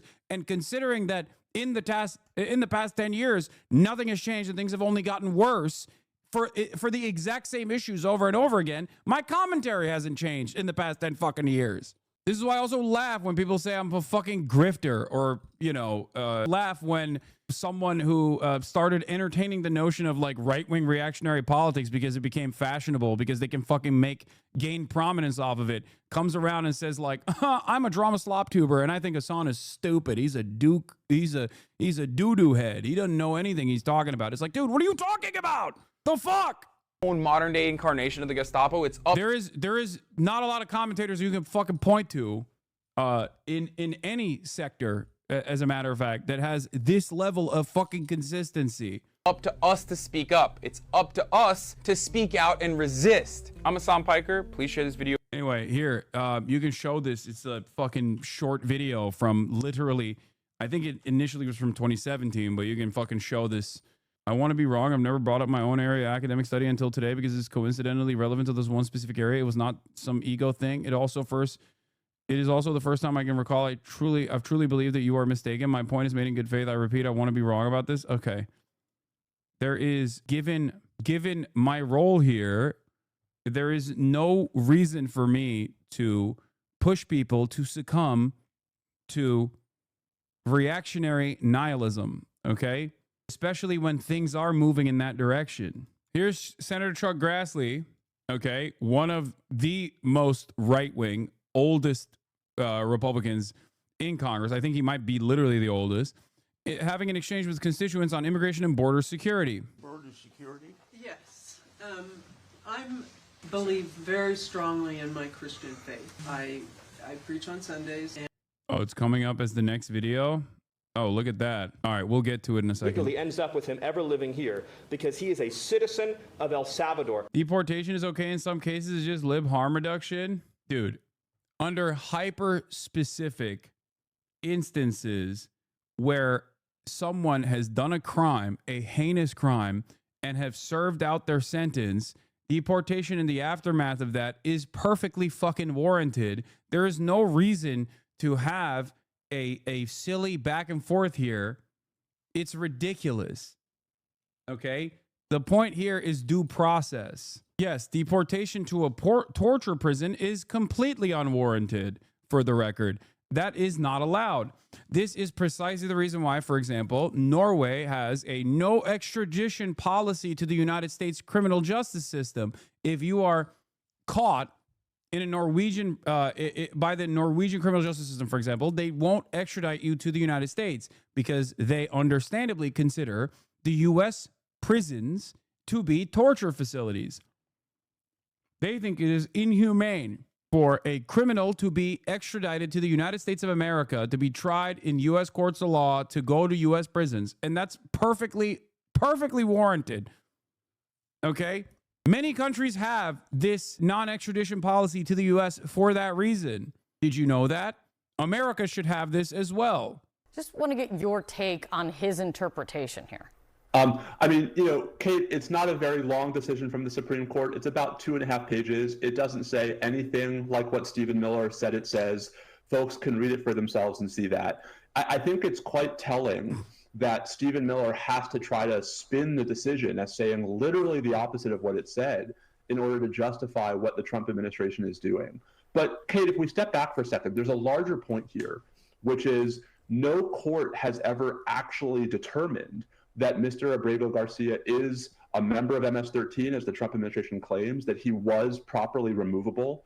And so we're at the point, Kate, where if this is an argument that anyone finds persuasive, that means they can do it to us too. They can say, I'm a member of MS-13. They can say, Joe Citizen is a member of MS-13, and use that as this justification for removing them, disappearing them right into the Salvadoran prison.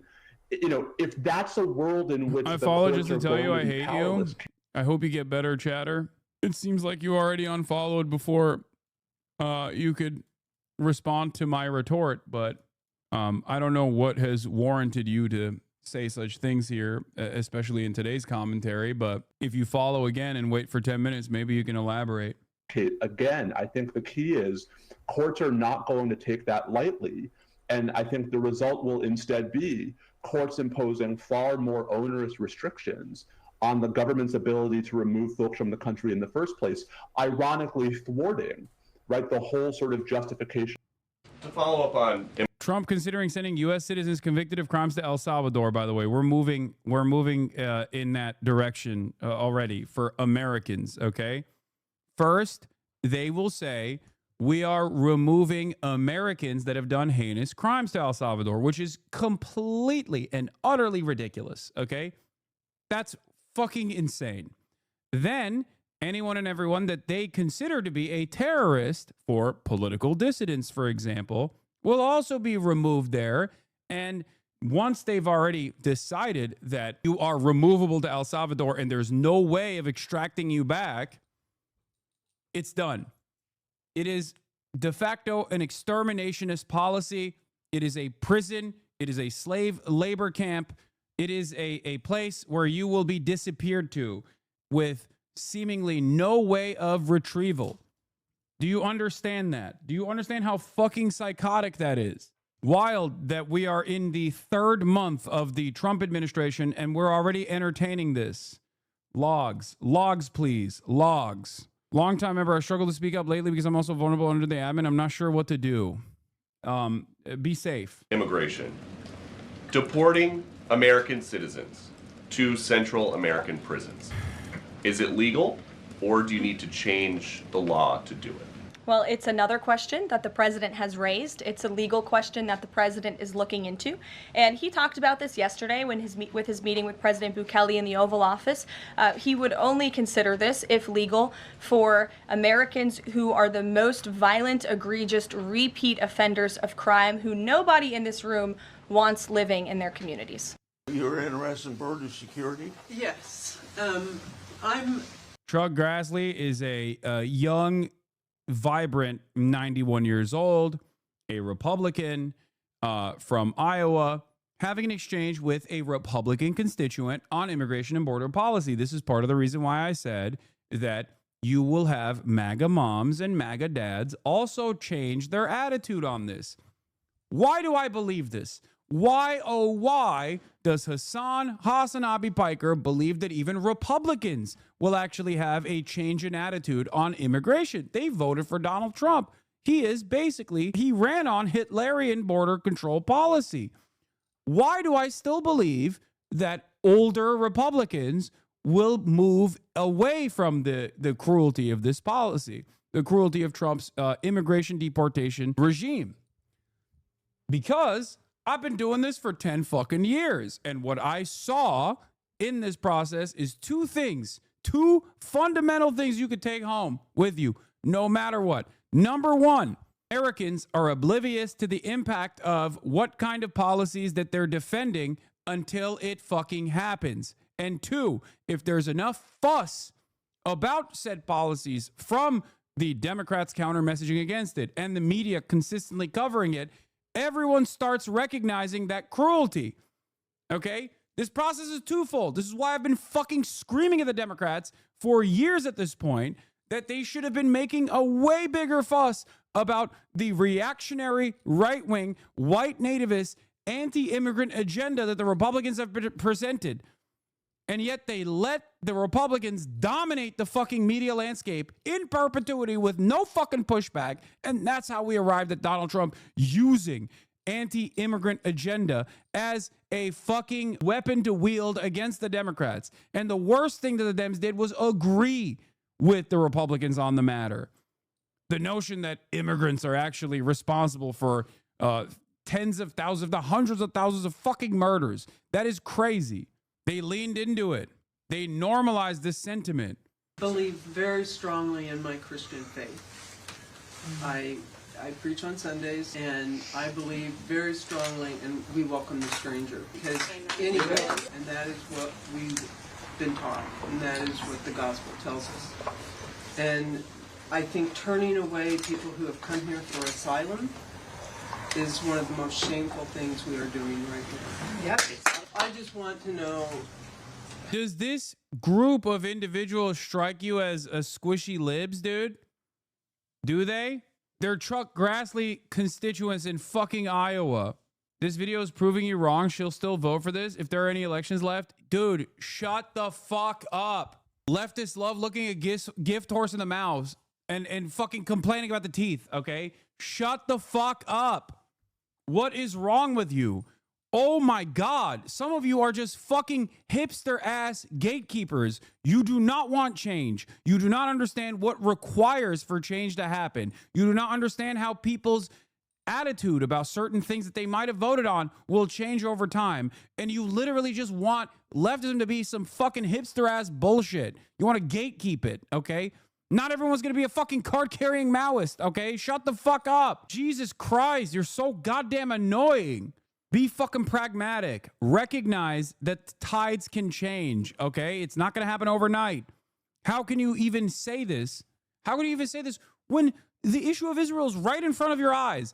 On the domestic front, the issue of tariffs is right in front of your eyes, where people quickly change their attitude about tariffs, okay? As soon as they were supposed to be implemented, everyone was like, whoa, I don't want this. The fuck are you doing? What do you mean my prices are going to go up? What the fuck? How did that happen? And the same principle goes for Israel. People went from Israel's the greatest, most moral democracy on the fucking planet to, oh my God, they're killing babies on a fucking daily basis. This is unacceptable. It's happening with our tax dollars. I don't want that shit. Why? Why do you want no one to be on board with how you see the world? Every single fucking thing that I do is so that there are more people in here, that there are more people who are aware of what the fuck's going on. And slowly but surely, they fucking change their attitude. They change their worldview. They start recognizing the errors of their ways, the errors of their thinking. There's a terrible comparison. What's happening in Israel is so egregious. The reaction to it has been so underwhelming. Oh. So we're just supposed to forget about everything they did? What? Everything what? Who did? This old lady? You don't know what the fuck they've done. You're just fantasizing about what they've done. Shut up. Please. Oh my God. You guys are such fucking losers, dude. Holy fuck. Some of you are literally brain broken. I've talked quite a bit about being a leftist, meaning that you're going to take a lot of L's, okay, in your life. I didn't realize that some of you think that it's only about taking L's. So much so that when you actually see a W in front of your fucking face, in front of your eyes, you still go, no, I want this to be somehow a loss as well. It's not good enough. I know it's not good enough, but things take fucking time, okay? For you as a senator, as my elected senator, is there anything you can do so that we can follow international law better? Unc speaks the truth. I've been sub for a year. He has shifted me so hard from my previous beliefs. His methods are tested. Let Unc cook. Yeah, it's ironic because the overwhelming majority of people in this chat are also just like you, but they forgot their old ways, okay? And it's very important for them not to lose sight of who they were and what they've become in their fucking worldview. When has there ever been a community this fucking large and this active that is outwardly socialist, okay? In any sector of media, mainstream, independent, doesn't fucking matter. It has never existed. Part of the reason is because I have tirelessly told annoying fucking purity spiral behaving losers to shut the fuck up. In America, I'm saying, okay? Not the USSR or China or whatever the fuck you're talking about, okay? In the United States of America, the heart of empire, the place where capitalism thrives. The ideals of our country to be a place of hope for others, where they can come when they are searching for a home because they have no place else to go. Everything that we can do legally under our laws, we can. We welcome refugees. That's legal status. Right now we're not. I mean right now we're not. These changes have been taking place, and that's what concerns me so much. Yeah. Okay. So with laws, I would welcome refugees, and I would welcome people that need asylum. You're gonna bring that guy back from El Salvador? Yeah. Are you? Yeah. Why not? Well, because that's not a power of Congress. The Supreme Court said to bring him back. Judges are. If the president isn't upholding the Constitution, he's defying the committee. Trump don't care. If I get an order to pay a ticket for $1,200 and I just say no, does that stand up? Because he's got an order from the Supreme Court and he's just said no. Yeah. He just said screw it. You ignored my letter. For El Salvador is an independent country. The president. We can't hear you. The president of that country is not subject to our U.S. Supreme Court. We don't have to pay them. Excuse me, Senator. Senator, excuse me, on that same subject. Hey! Excuse me, Senator Grassley, on that same subject. The Constitution, the framers of the Constitution said that every person, not citizen, every person within the jurisdiction of the United States has due process. Look at these radical socialists, dude, at the Iowa Chuck Grassley town hall. Look at all these card-carrying DSA members. See that? Bunch of Hasanabi heads in the room, dude. For the record, some of them are liberals, okay? Some of them are not MAGA voters, but it doesn't fucking matter. These are like 70-year-old Iowans, okay? At a Chuck Grassley town hall. And we would like to know what you, as the people, the Congress, who are supposed to rein in this dictator, what are you going to do about it? These people have been sentenced to life imprisonment in a foreign country with no due process. Our government, why won't you do your job, Senator? Yeah. Fine. Obeying the Supreme Court. Trump's not obeying the Supreme Court. He just ignores them. Yeah, screw it. These are also the people that care about process more than anything else. You got to remember, take whatever victory you can get from whatever perspective you can get. Some of them truly do care about, from a Christian perspective, some of them truly do care about, like, doing right by their neighbors, okay? Some of them, on the other hand, care about the due process element. Some of them care about the procedural element. It doesn't fucking matter to me, even this much, as long as they're moving the needle in the right direction. I don't care. I'd be okay with that. What is a constitutional crisis? What does that consist of? A constitutional crisis. I mean, due process is important? Yes, of course due process is important. I meant, like, they care about the Supreme Court's wishes being violated. You know what I mean? Like, there's many different reasons as to why people find themselves in this room, but it doesn't matter that they're not fucking... It doesn't matter one bit that they're not all card-carrying Maoist third worldists, okay? When you have a president who ignores the Supreme Court, you have a Congress who fails to rein in a third branch of our government. That's right. Who is now violating our Constitution. You took an oath. I do solemnly swear or affirm. Do you remember that, sir? Yes, sir. That I will support and defend the Constitution of the United States against all enemies, foreign and domestic. That I will bear true faith and allegiance to the same. That I take this obligation freely without any mental reservation or purpose of evasion. And that I will well and faithfully discharge the duties of office of which I am about to enter. So help me God. Sir, will you act upon your oath? Yeah, I thought that I was... I'll wait till the clapping's done. I thought when I answered this guy's question, I was doing what the Constitution requires. I'm trying to recapture the constitutional authority of Article 1, Section 8, one of the 18 powers of Congress, to regulate interstate and foreign commerce by introducing the bill, which is a bipartisan bill, to make some of the mistakes that Democratic Congresses made in 1963. As a whole. That's what I'm doing. Congress as a whole, bipartisan, has the power to act, to bring... Can you wait till they shut? Congress as a whole, bipartisan, has the power to act, to bring the executive branch to heel. Yes. Now, And they're not doing introducing a bill, yes, that's one thing. But as a whole, the power of Congress to bring that executive branch to heel when they are behaving the way we're seeing, that power exists within you and your other members of Congress. Do you speak to your other persons in the House of Representatives of your party? Do you communicate with them often? Do you discuss any of this with them? Do you hold any concern that Congress will be the next branch that Trump comes for because he is coming for the judicial?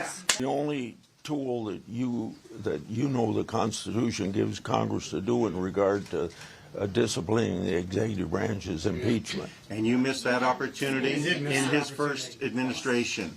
You had two opportunities for that. That was probably one of the only reasons we're having this situation now.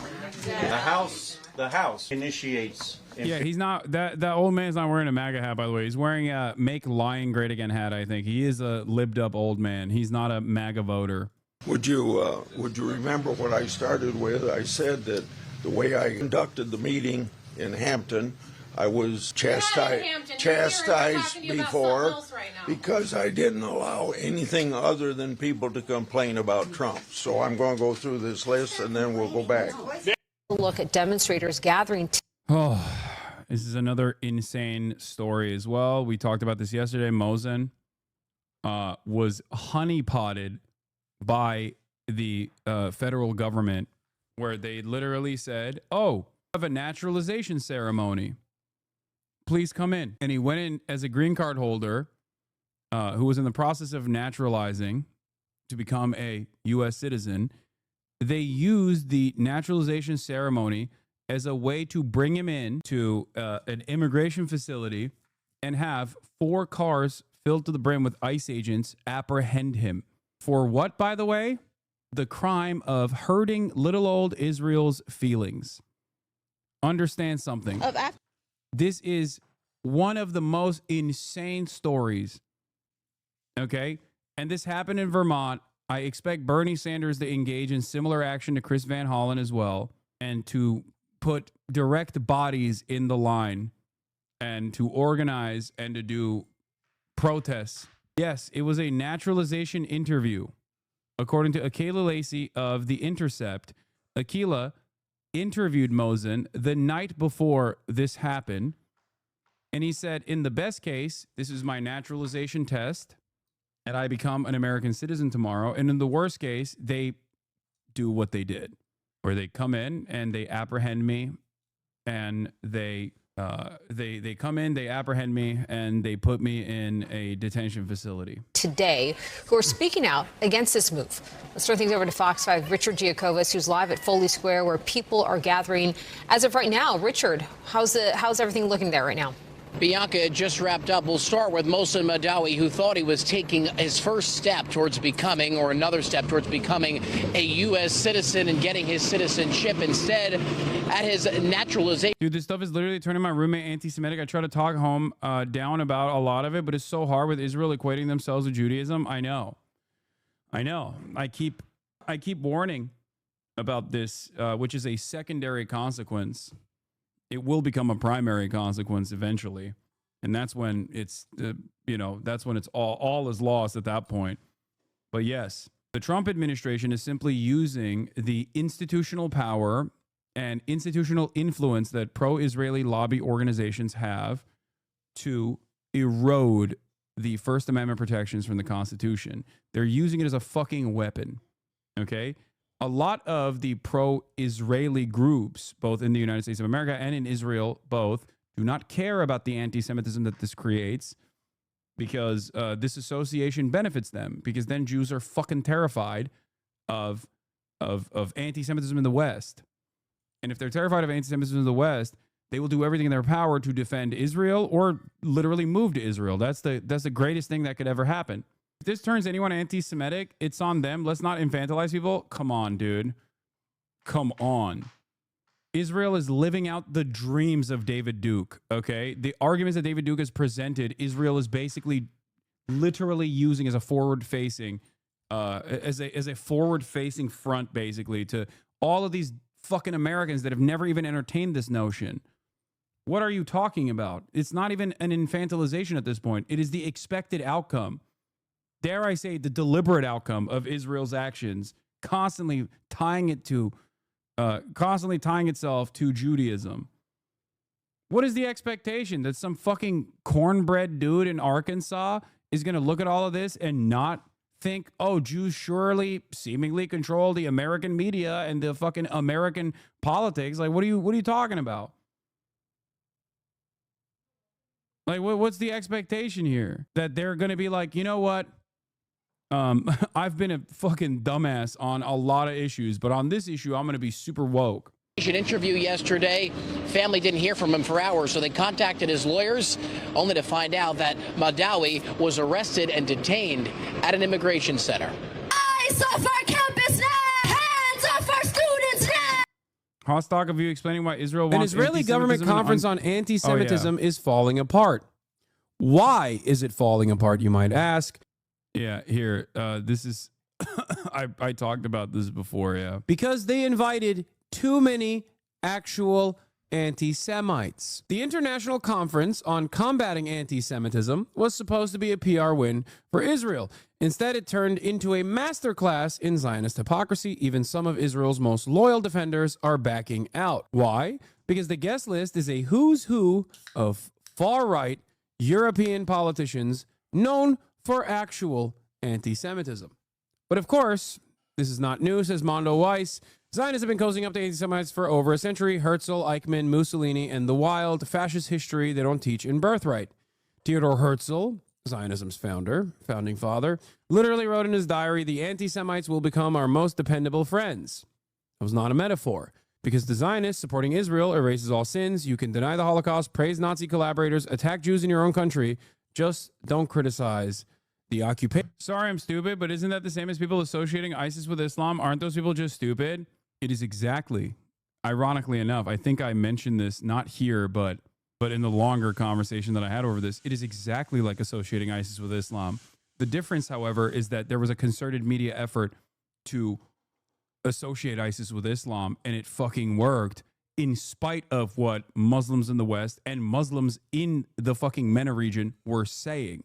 Do you see the difference? It's Israel and pro-Israeli groups that are making this false association. They are personally making this false association. The example quite literally would be if people like myself, for example, in the Western world, were like, I'm a Muslim, and if you fucking attack ISIS, that means you hate Islam. How dare you be Islamophobic?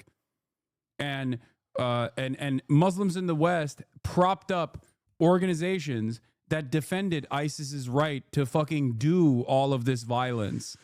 And then they funneled billions of dollars into American politics, okay? And had Muslim scholars consistently talk about how ISIS is actually awesome. And it's the only true way to implement the Islamic Caliphate, which is the God-given right. Like, there is no real comparison here because none of that happened for ISIS. And yet people still made that false association because that false association was beneficial for America's agenda in the region. That was a deliberate way for the American government to make this false association so that they could justify all the death and destruction and destabilization in the region. See what I mean? And the other side of this story is that obviously this conflation, regardless of how many percentage, what percentage of like Jews in the West associate Israel with Judaism or say that all Jews are Zionists or whatever, it still doesn't fucking change the reality, right? That no, religion is something totally separate. It's subject to interpretation and is totally separate from the actions of a fucking apartheid state. They're just masquerading as a religious organization. It doesn't matter how many fucking American Jews believe that they love Zionism or love Israel. I don't give a shit, okay? The truth is still the truth. And even then, there is no monolithic understanding of Israel amongst American Jews anyway. But there is a deliberate attempt, on the other hand, to suppress Jewish voices that are anti-Zionist. Just like there's a deliberate attempt to suppress non-Jewish voices who are anti-Zionist and not anti-Semitic, people like myself. If you are anti-Semitic, on the other hand, and anti-Israel, then you are much easier to take down. You're much easier to take down because you can just like present those guys, the guys like Candace Owens or Dan Bilzerian, as like bad faith actors. Clearly they hate Israel because they hate Jews. After all, they reveal that information. What people don't understand in their short-sighted attitude, though, okay, Zionists in general, what they don't understand is that this is creating an environment where the top voices that are against Israel are anti-Semitic. And if you think you can silence anti-Semitism at a certain point, you're fucking wrong. It is unironically propping up anti-Semitism as the primary mechanism to be anti-Zionist. If you think that the American government will be permanently controlled by people who are interested in the defense of Israel, you are wrong. Okay? Things can change. Especially bigotries are a very powerful motivator for people. Things can change very quickly against Israel. This doesn't even necessarily mean it'll be good for Palestinians, mind you, okay? Because the very same people who are anti-Semitic and anti-Israel are certainly not fans of Muslims anyway. Dozens have gathered here in Foley Square today to what they say is another legal arrest of a student at Columbia. Madawi is a student at Columbia University and a permanent U.S. resident. He was placed in handcuffs by ICE agents yesterday, with his lawyers claiming the Trump administration is looking to remove him from the country. Immigration officials arguing that pro-Palestinian demonstrators like Madawi have been responsible for a rise in anti-Semitism. Madawi has been an outspoken critic of Israel's military campaign in Gaza. He has also taken part and organized student protests on Columbia's campus last year, only to step back prior to those encampments being set up and students taking over school buildings. Madawi has organized student protests and even co-founded a group with Mahmoud Khalil that celebrates Palestinian culture, history, and identity. We are out here today demanding the release of Mohsen Madawi. We have been out in the streets for every student activist that has been illegally abducted and detained simply for protesting the genocide in Gaza. We're here to say that protesting a genocide and an occupation is not a crime. According to a petition filed in court by his lawyers, Madawi has held a green card here in the U.S. for the past decade, and he was set to graduate this semester. A lawyer in Vermont, though, says Madawi is to remain in the U.S. until his decision. His lawyers are still trying to find out where exactly he is. We're live right now in Foley Square. Yeah. Speaking of yeah, there's an update on Kilmar. On Abrego's case. I will get to it in a second. But before I do that, there's a couple things I want to talk about here. Okay, we'll talk about Abrego's wife speaking as well. Where the fuck was it? Or what was I gonna say? Abrego Garcia's my comment about Al Jazeera featured doc that got mod blocked for the name. Oh, the Zionist Lobby, the documentary. We've watched it before. One of the things that happened in the process of Mohsen's unjustifiable apprehension that I found insane to you know, top it off with like the endless sequence of cruelty, violence, and the horrifying nature of all of this was that the Zionist accounts, the pro-Israeli accounts, all over the timeline, all up and down the timeline. You're hearing my father using the blender in the background, if that's the sound you're wondering about. Okay, all up and down the timeline, they were trying to claim that Mohsen Madawi was actually some Palestinian militant, and for claiming this. For the purpose of claiming this insane statement, they engaged in yet another instance where Zionism is just simply racism, okay? They engaged in yet another example that proves that Zionism is racism and nothing but. Here it is. Eyal Yacobi and numerous other pro-Israeli accounts, just like Eyal Yacobi, did this thing where they posted, breaking, Mohsen Madawi, a Columbia student, has just been detained by DHS. Before anyone says that he's being arrested for speech, this is his Instagram account. So two things here. This is not the right guy. And secondly, peaceful protest equals militancy? No. Wait, what? Peaceful protest equals militancy? What the fuck are you talking about? This is not even him. This is a totally different guy whose name is also Mohsen, who lives in Palestine, who lives in the West Bank. Secondly, why in the ever-loving fuck would this be proof enough for someone to be a bad guy, especially in the United States of America? Especially in the United States of America, where everybody has a fucking weapon. What do you mean? The only argument you have here, if you believe this, is, well, he's a brown guy with a gun, so obviously he's a fucking terrorist. That's it. Is the Ethan Klein conundrum, where he was like, well, Rashid is posting with guns. Clearly he's a fucking terrorist. Yemen has the second highest gun ownership per capita rate on the planet after the United States of America, of course. How fucking insane. And yeah, he said, we have terrorists walking amongst us.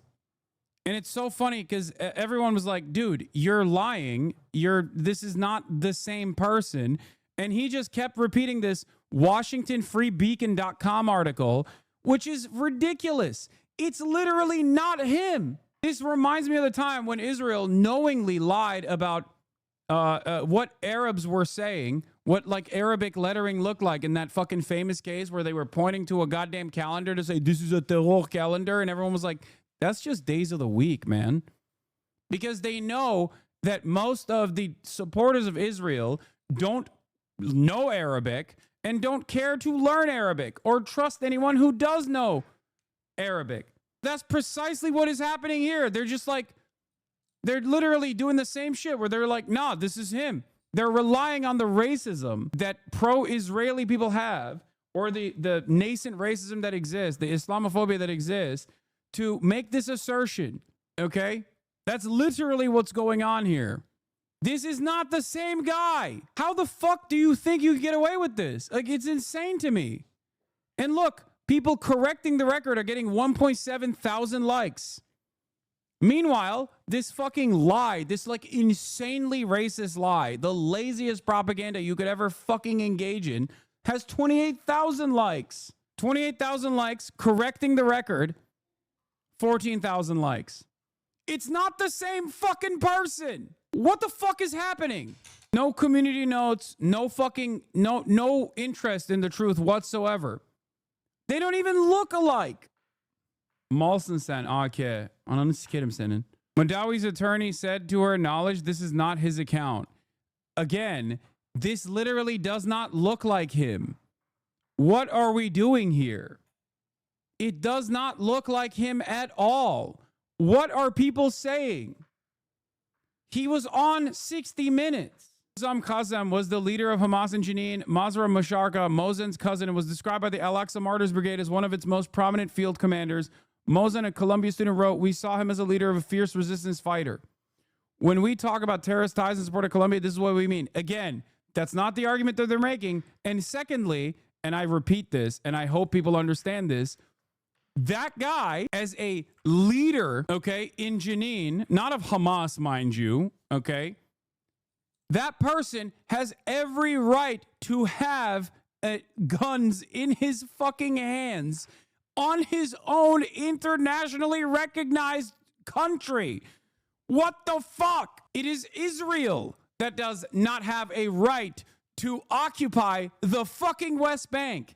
Every time Israel, an Israeli occupying force soldier, a terrorist, okay, a real fucking terrorist, is operating on the West Bank against guys like him, they are the ones who are illegally doing things. These people not only have a moral responsibility, but a legal one to defend themselves and their own fucking internationally recognized land.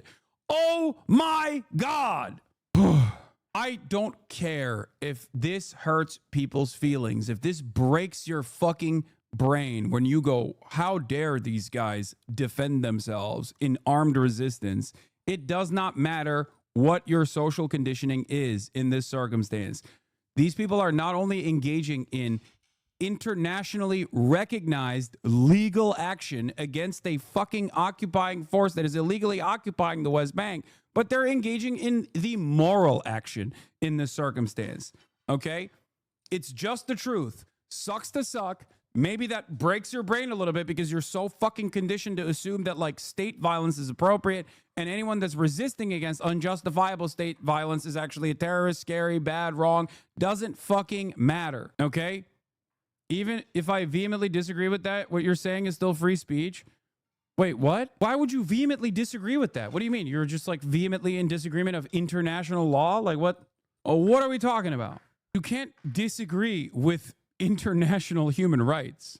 And the other thing that I wanted to mention here, by the way, this is not even the same guy, and it doesn't even fucking matter if it was the same guy, once again, because what he would be doing is legally recognized, but is not the same guy anyway. These guys are racist fucking douchebags. Just like Columbia Jewish Israelis account is trying to be like, well, this guy's a bad guy. He's a scary terrorist guy. Leader of Hamas in Jenin. The fuck do you mean, leader of Hamas in Jenin? Oh, you mean like the fucking spontaneous organized militia group in Jenin that is actively fighting against the occupational forces, that is engaging in terrorism in direct violation of international law? Those guys? I know it's hard. It's hard to shake people's attitudes here. I get it. I totally get it. You've been primed and conditioned into thinking brown guy with a weapon, that's got to be bad in every circumstance. But I cannot stress this enough. Okay? I cannot stress this enough to you. That man that you think is scary is in the fucking right. What they are branding him as, a terrorist, is actually the Israeli occupying forces. They are the terrorists here, according to international law, according to morality, according to every sense of being and existence. Having said that, not the same guy anyway. There is no difference between a dude posting with this gun like this than a Ukrainian posting with a gun. Okay? Yeah, also, this is Mosen's actual fucking account. This chatter was disagreeing with you. Oh, I literally agree with you. I was just saying under false framework by which they judge violence, they have no grounds of deportation. Okay. All right. Just wanted to take this brief moment to talk about how fucking virulently racist Zionist Hasbara accounts are. Okay? They're just fucking monstrously racist Nazi pieces of shit. And I will never stand down from saying the fucking truth, no matter how much they try to claim that it's scary. Ooh, you're being anti-Semitic. How dare you compare defenders of Israel, the most moral nation on the planet, to Nazis? Because they fucking are, okay? They are. They are Nazi propagandists. Israel is a Nazi country currently engaging in the modern version of the fucking Holocaust. And everyone and anyone, regardless of their religious background or worldview or perspective, is behaving exactly like Nazi propagandists did if they are defending this fucking country. Okay? No nation has a right to exist. People have a right to exist. And nations that are engaging in apartheid and ethnic cleansing certainly do not have a right to fucking exist. No one will make the argument that apartheid South Africa has a right to exist. No one would make the argument now that Nazi Germany has a right to exist. How dare you disband Nazi Germany? What are you doing? How dare you? No. And Israel, as a genocidal apartheid nation built around the fundamentals of fascist principles, of ethno-religious supremacist exterminationist policy, does not have a fucking right to exist. Get the fuck out of here. Rhodesia did not have a right to exist. What a ridiculous crock of shit. So shocking that we're at like 18 months of this fucking genocide and people are still turning around and being like, oh, well, this seems like a good argument to me. Ajak, thank you for the 100 gifted subs. My Qatari Emirate Oilers are in the chat. Spreading the anti-Semitism and paying for it. The check is cleared. Once again. All right. Let's switch gears back to, well, let's cover this and then we'll get back to Qatari Cat with 100 gifted subs. Goddamn. First, there was Mahmoud Khalil, arrested at Columbia University in New York on March 8th. Then there was Tufts University student Ramesa Ozturk, detained by ICE agents on March the 25th in Massachusetts. And now, Mohsen Madawi, another Columbia student, who went for a US citizenship interview in Vermont. But he was handcuffed and detained, another student part of the Trump administration's clampdown on higher education. Channel 4's Unreported World met Mohsen last January.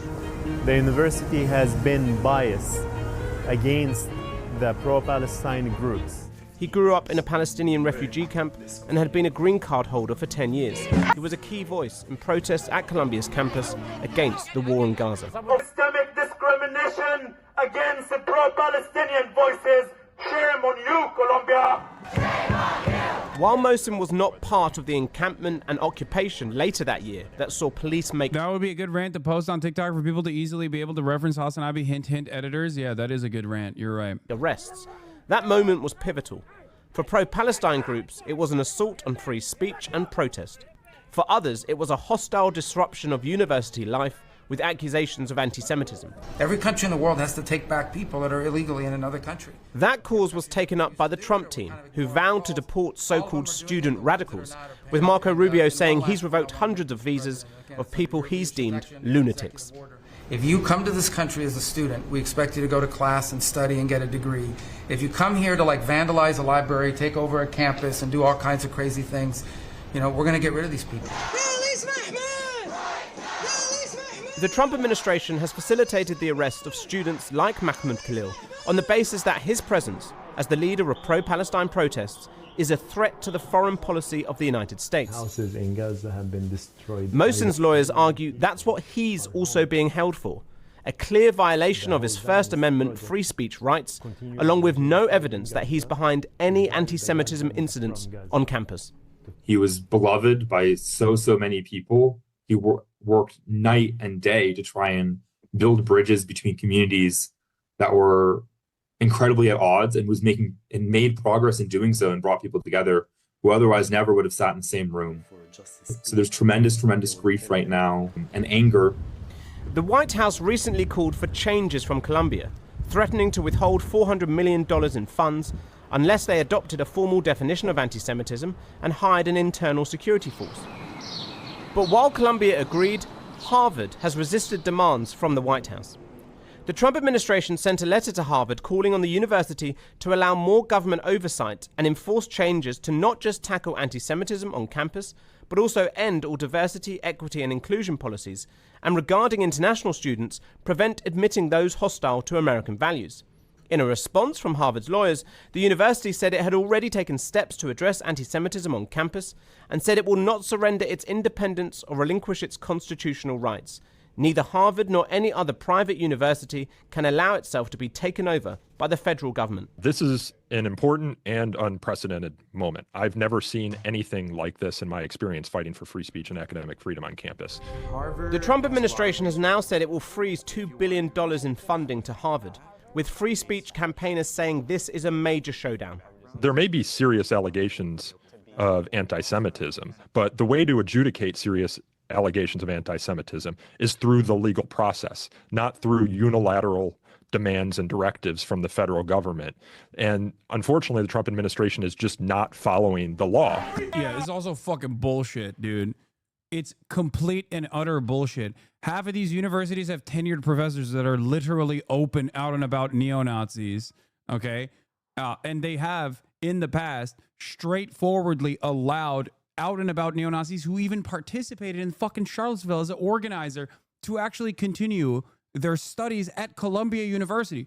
One of the fucking organizers of Unite the Right, the Charlottesville hate rally on Trump term 1, straight up went back to Columbia, and Columbia allowed him to graduate and continue their studies remotely because they were worried that he might get fucking harassed on campus.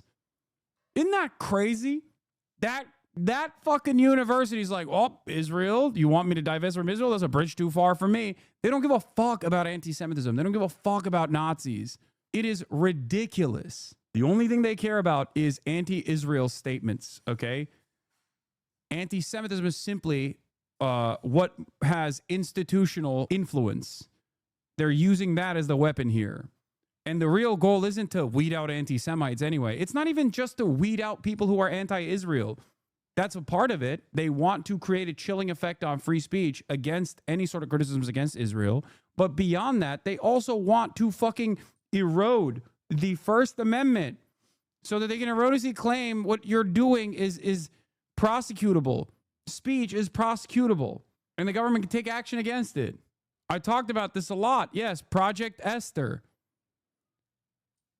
Tariq Kenny writes for Al-Shabaka, talking about Project Esther, the Israel lobby's most desperate and authoritarian effort yet to crush Palestinian solidarity and make criticism of Israel illegal in America by teaming up with the most far-right elements of the Trump admin. Trump's return to office has supercharged a crackdown on Palestinian advocacy in the U.S. Project Esther, the Heritage Foundation's latest initiative, seeks to criminalize, defund, and dismantle the Palestine solidarity movement. Framed as a fight against anti-Semitism, Project Esther is in reality a coordinated assault on dissent. It calls for federal, state, and private actors to suppress pro-Palestinian voices through censorship, surveillance, and lawfare. While unprecedented in scope, this isn't new. For decades, U.S. law embedded anti-Palestinian bias, conflating advocacy for Palestinian rights with terrorism, and conflating valid criticism of Israeli occupation, apartheid, and genocide with anti-Semitism. Project Esther, an outgrowth of the now infamous Project 2025, is just the most brazen expression of that legacy, now fused with Trump's broader authoritarian turn. And it's a strategy of desperation by people who have lost the wider public debate on Israel-Palestine. The plan's core strategy, label all Palestine solidarity groups as Hamas support network. That opens the door to using anti-terror laws, RICO charges, and immigration policy to target students, nonprofits, and human rights advocates. Project Esther isn't just an attack on Palestinians, it's a test of U.S. democracy itself. It aims to chill free speech, erode civil rights, and outlaw a movement that's gaining public support across generations and political leanings. It is also a blueprint for a much broader assault. You want to know something so crazy? Here is Biden's anti-Semitism envoy on deporting students. I'm coming down right smack dab in the middle. I don't oppose many of the things that are being done. I just wish they would be done more deftly before people fucking tell me that Biden's administration was different. Dude, you say you are truth, then you defend Hezbollah. Two things can be mutually bad at the same time. You are as disassociate from reality as people who believe supporting Palestine is the same thing as supporting Hamas. Hezbollah is literally holding my country hostage, and you get on here and defend them. Yeah, dude, you're right. The only fucking militant force against Israel's unjustifiable bombing campaign of your country is the bad guys in this equation. Thank you. Thank you for telling me. Yeah, no. People that go, dude, I can't believe you defend Hezbollah. I can't believe you defend Hamas. Like, what are people supposed to do? Just fucking eat the bombs? Like, what do you mean? Yes, you, for the record, can be Lebanese and be this stupid. Okay? People who are just like, yo, you don't understand. Israel would never do this kind of stuff. Israel would never do this kind of stuff if it wasn't for Hezbollah. Really? Because Hezbollah was fucking formed because of Israel doing this kind of stuff. Same with Hamas, as a matter of fact, and rose in prominence due to Israel's actions. Same with Hamas's popularity that has increased due to Israel's actions. Yeah. Shouted to the please liberate me, Mr. Netanyahu. My people yearn for freedom. Yes. Isn't that Hananiah's position? Yes. The white supremacist Palestinian Richard Hanania. Yeah. Lipstadt, who remains silent as the richest man of the world, allied with neo-Nazis, goes out of her way to attack kidnapped ICE students. Yeah, former Ambassador Deborah Lipstadt supports parts of the Trump administration's visa crackdown, but says it must be done thoughtfully and with due process.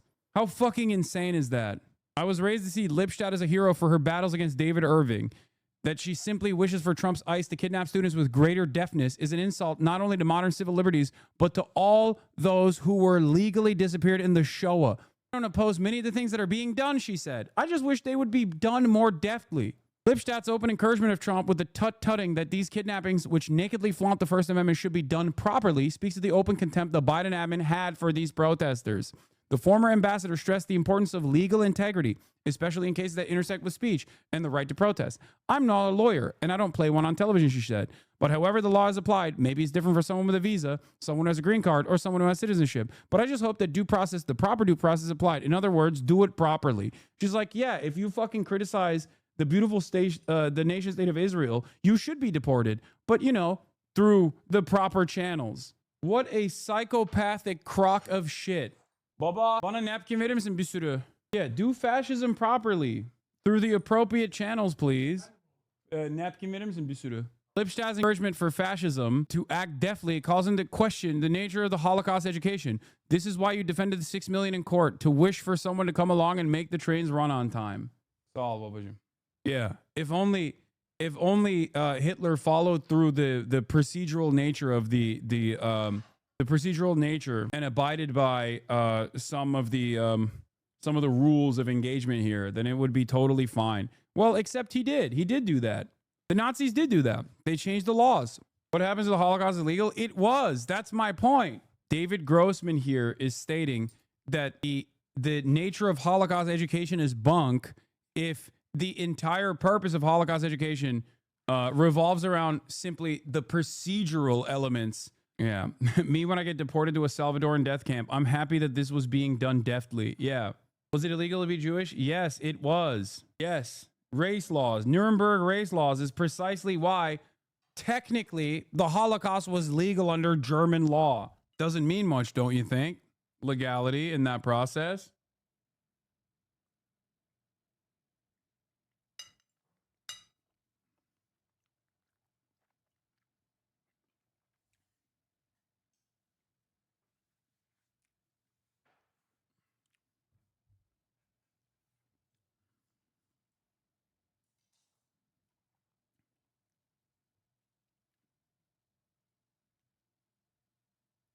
Chad, do you think the Nazis didn't set everything up legally before doing the Holocaust? I know. chatters are literally reliving exactly the steps that the Nazi administrators took, down to the liberal concessions being made from institutions and organizations of the rise of Nazi power. And they're like, wait, I don't understand. I thought this was like overnight. Like one day we will all be aware that this happened. That's not how anything works. Anyway, let's get back to this. Protests have taken place across the country since students became part of the administration's clampdown. Trump supporters claim it's a legitimate attempt to combat discrimination and violence on campus. Critics say that it's just a front for a White House wanting to control everyone and everything in America. Kieran Moodley reporting. A little earlier, I spoke to Andrew Crespo, a law professor at Harvard, vowing to stand up to the White House. And I asked him if the government wasn't right to try to eradicate anti-Semitism and promote viewpoint diversity. Anti-Semitism is vile. It has no place in any society. But let's be really clear. This is not about anti-Semitism. This is about authoritarianism. We know that from what the Trump administration has said and from what it is doing. When Donald Trump ran for president, he said that he was going to try to break the backs of American universities because he didn't like what they were teaching. He claimed that we were all Marxist leftists and that he wanted to make sure that what was taught in American universities was what he wanted to be said, that his message would be the syllabus, that these universities would become Trump University as opposed to Harvard University. The reason they want to do that is because they know, just like we know, that across the globe and across time, one of the central bulwarks against authoritarianism in countries is the core institutions of their free society: the press, the courts, the legal profession, universities. Those are the so you don't accept that this is about viewpoint diversity, that he believes there's too much, liberal thought or on the left thought, as we would say here.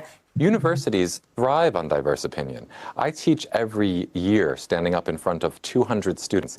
The amount of diversity in that classroom and viewpoints is something that is what makes it so exciting to teach these students. What is inconsistent and incompatible with what Trump is saying and what he's talking about is he wants to dictate what he thinks counts as viewpoint diversity, and he wants to be the final judge of what is spoken. Let's be really clear. He doesn't want viewpoint diversity. He wants universities saying what he wants to be said. He wants to control the ideological agenda of the country, and he wants to do it by trying to bend universities to become echoes of what he wants to be said. We've talked about this being a costly strategy. It is also a risky strategy, perhaps. We've seen the president take on the media, law firms, other universities. We saw Columbia essentially give in to the demands when its funding was threatened. Are you worried about standing alone here? I'm not worried about standing up, because Columbia is a really valuable lesson.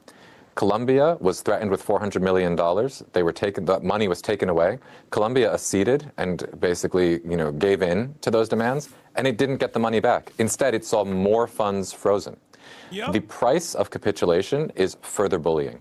What is needed is to stand up. But you're absolutely right that standing up alone is dangerous. The United States government is powerful. It's certainly more powerful than Harvard University. Where this goes is what you need is to have broad, coordinated solidarity across these sectors. You need moral leadership and coordinated moral stands, not just by one institution that's being targeted, but by entire sectors. Higher education as a sector needs to stand up. Law firms as a sector need to stand up. And we're starting to see that. We're starting to see encouraging signs of real leadership and moral courage. That's why our faculty chapter filed this lawsuit last week. We are trying to show that there is the capacity for courage, and that courage inspires more courage. These types of attacks are unconstitutional, they're undemocratic, they can't stand, and they will be contested in courts, and they will be contested by the American people. I mean, there certainly at the moment doesn't look like much chance of President Trump himself standing back or standing down. He said today on Truth Social that you could lose your tax-exempt status and be taxed as a political entity, with the phrase, remember, tax-exempt status is totally contingent on acting in the public interest. He's not backing down, is he? He doesn't seem to be backing down right now, although the president does change his mind rather frequently. My hope is that when he sees how the courts react, and I hope that the courts will actually uphold the First Amendment values that we are trying to vindicate in our lawsuit, that he will respect those court rulings. The reason why they came in through the Israel side was precisely why Columbia immediately caved. Because there are a lot of people who are fucking psychotic enough that are wealthy alumni that will be on board with this kind of thing. That's the only reason why Israel is the point of contention on this. an anti-Semitism is the weapon to wield. Okay? If there were enough white supremacists who care about defending Christianity that are institutional donors to these universities, then that's what he would use as an entry point.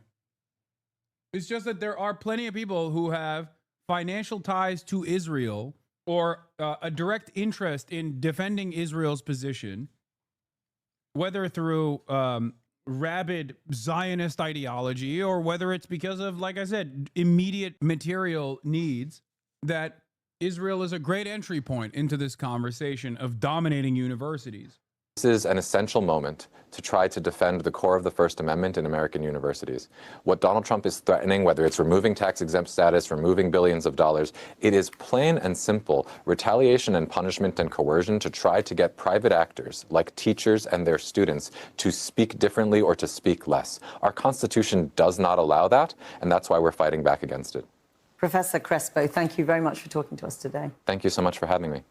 How you doing? Fine, thanks, Caroline. A follow-up on Harvard. The president floated on Truth Social, I believe, the possibility of removing tax-exempt status. How serious is that? Can you give us an update on what the president hopes to come from the next round of talks with Iran? Sure. First, when it comes to Harvard, as I said, the president has been quite clear. They must follow federal law. He also wants to see Harvard apologize, and Harvard should apologize for the egregious anti-Semitism that took place on their college campus against Jewish American students. There were professors who said that he had engaged in discriminatory behavior against Jewish students. Of course, you had the former president of the university saying bullying and harassment depends on the context. You also had an encampment on Harvard Yard that we all saw play out before the cameras. The university failed to impose formal discipline on any students for this anti-Semitic conduct violations, including the occupation of a campus building and the disruption of classes with bullhorns. The president believes Harvard should apologize to its Jewish American students for allowing such egregious behavior. As for the tax-exempt status, I would defer you to the IRS for any updates. I do want to answer your question on Iran, of course. The maximum pressure campaign on Iran continues, but as you know, the president has made it clear he wants to see dialogue and discussion with Iran while making his directive about Iran never being able to obtain a nuclear weapon quite clear. And the president spoke to the Sultan of Oman today, who helped facilitate these talks. I have a readout for all of you. He held a call with the Sultan. I really have to thank Hasanabi for opening my eyes as a Jew to Zionism and the harm, especially of Palestinians. It has allowed me to inform my father, who went to the kibbutz as a kid and as a leftist, has now, until now, been neutral on Israel. He's now an active anti-Zionist advocate, as well as his sister. They both grew up with parents who survived Auschwitz. Hell yeah, chatter. I mean, this is why I do what I do, baby. I still don't understand. America is shit reel's lapdog. Can you please explain? No, it's not. I know that things that this administration does make it seem as though that's the case. It is not the case, okay? Israel is a favored client state and has a status higher than any other client state. But make no mistake, these people don't give a fuck about even criticism against Israel, okay? They care about it as far as like they want to strategically stop people from chirping about Israel, but the real reason here is that they're using the long process of the pro-Israeli lobby, the long and convoluted effort engaged in by the pro-Israeli lobby in basically creating mechanisms of influence in the United States of America. They're using that pre-existing weapon, basically, driving it to its logical conclusion to undermine the First Amendment, to undermine due process.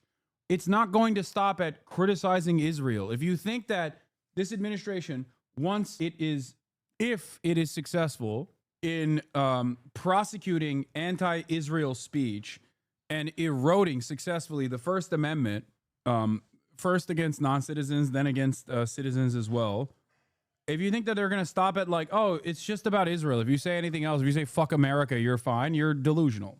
Israel has played a very important role in the Cold War. Israel has played a very important role as an espionage, as an arm that can, test out our weapons, as a unsinkable aircraft carrier in an otherwise resource-rich region, a mechanism of permanent control in the area, plays a very important role in our grand desires in this resource-rich region that controls the flow of petroleum, the most important commodity of all. We will never place the same level of faith and trust in Arab allies as we do Israel, no matter how much we give them, no matter how much money we take from them and sell them weapons. They will always be dangerous and unpredictable, as opposed to Israel, because at the end of the day, those nations are still comprised of citizenry that hates Israel and hates America. So in times of instability, there is a likelihood that the Arab nations and their population could revolt, and the dynamic could shift very easily, as it did in Iran, okay? Whereas that won't happen to Israel, because Israel is tied to the hip to the United States of America. Israel's continued existence as a violent aberration in the region, from its inception all the way down to contemporary Israeli politics, its apartheid, the maintenance of its apartheid, the genocide that it engages in, could not happen without Western support. Israel is that valuable to American state interests in this region. And therefore, even at times when Israel itself harms American assets, harms the American agenda, when Israel steals American classified information and ships it off to Mossad, even then we turn a blind eye to it. USS Liberty, we turn a blind eye to it. Why? Because that's how valuable Israel is. You understand? Speaking of Israeli assets, a real meeting of the minds took place in Israel, and I wanted to show this to you. Jonathan Pollard, former U.S. intelligence analyst who served 35 years for espionage for Israel and was later pardoned by President Trump, meets the champ Floyd Mayweather in Jerusalem. I never would have gotten in the ring with you at all. Just throw the towel. I'm alive. Thank you for coming. It's very important. 40 years? 35. Wow. Damn. By the way, everybody's talking. Trump, what does he do? Takes care of business. The lesson is you don't talk. I never would have gotten in the ring with you at all. Just throw the towel in. How you doing? I'm alive. Mayweather can't read, so I don't expect much from him ever. Yeah, I'm not going to say anything else about not being able to read. Some context for those of us who don't know what the fuck's going on. Floyd Mayweather is on a state-sponsored trip to Israel to fucking glaze Israel. And in that state-sponsored visit, he ends up talking to Jonathan Pollard, former U.S. intelligence analyst who famously stole classified information and leaked it to Mossad, and then was promptly prosecuted and was imprisoned for 35 fucking years until Donald Trump released him from prison, put him on Sheldon Adelson's private jet, and flew his bitch ass to Israel. Hassan, have you ever been told, don't talk bad about Israel, free Palestine? Yes. What do you mean? Thank you for coming. It's very important. 40 years? 30. Yeah. Just a real meeting of the minds, yeah. I never... Even Zionist Hosberg accounts are like, better to amplify voices than Pollard. He should be keeping a low profile. Anyway.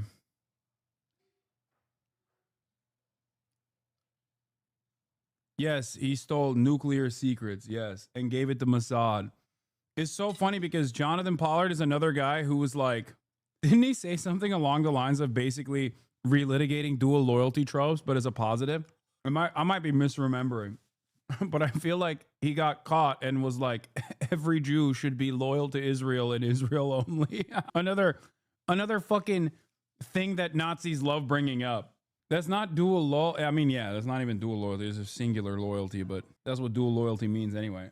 Let's continue. Of Oman today, and he thanked him for hosting the first direct meeting between the United States and Iran, and emphasized the need for Iran to end its nuclear program through negotiations.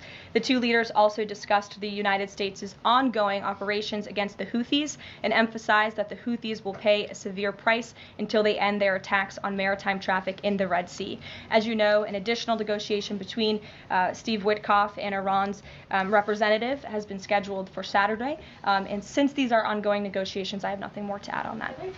So let's talk about Ivy League colleges. And we know that the anti-Semitism raging on some of the most elite institutions in our country has to be addressed. And as soon as Barnard got raided, a couple of... Oh, Pollard claims Jews will always have dual loyalty whether they know it or not. Dude, just do blood libel at that point. You know what I mean? Like, what are you doing? Sick, dude. Thanks. Jonathan Pollard be like, no, you don't understand. Behind closed doors, we think all of the Goyim are cattle. Trust me. It's all, it's not just the Kahanas. We all think this. Like, just straight up, that's anti-Semitic? Yeah, of course. Yes. Jonathan Pollard be like, yeah, we love rubbing our hands against one another as we entertain the notion of poisoning wells and kidnapping children. But yo, this was really funny. The hostages' family should have been jailed to shut them up. Says former U.S. citizen who was an Israeli spy. I remember this. Yeah.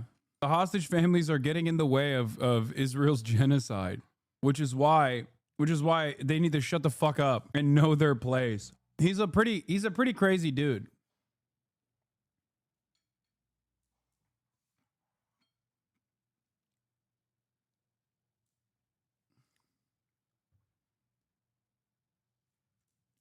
If Israel's an American client state, why would they even arrest them for spying? Why was it even an issue for them? No, it is because Israel's a client state and not the state that controls America in the way that a lot of fucking people perceive it. That they, of course, arrested him because there is literally a limit to that allegiance. No, it's not to keep up the appearances, chatters. Shut the fuck up. What are you talking about?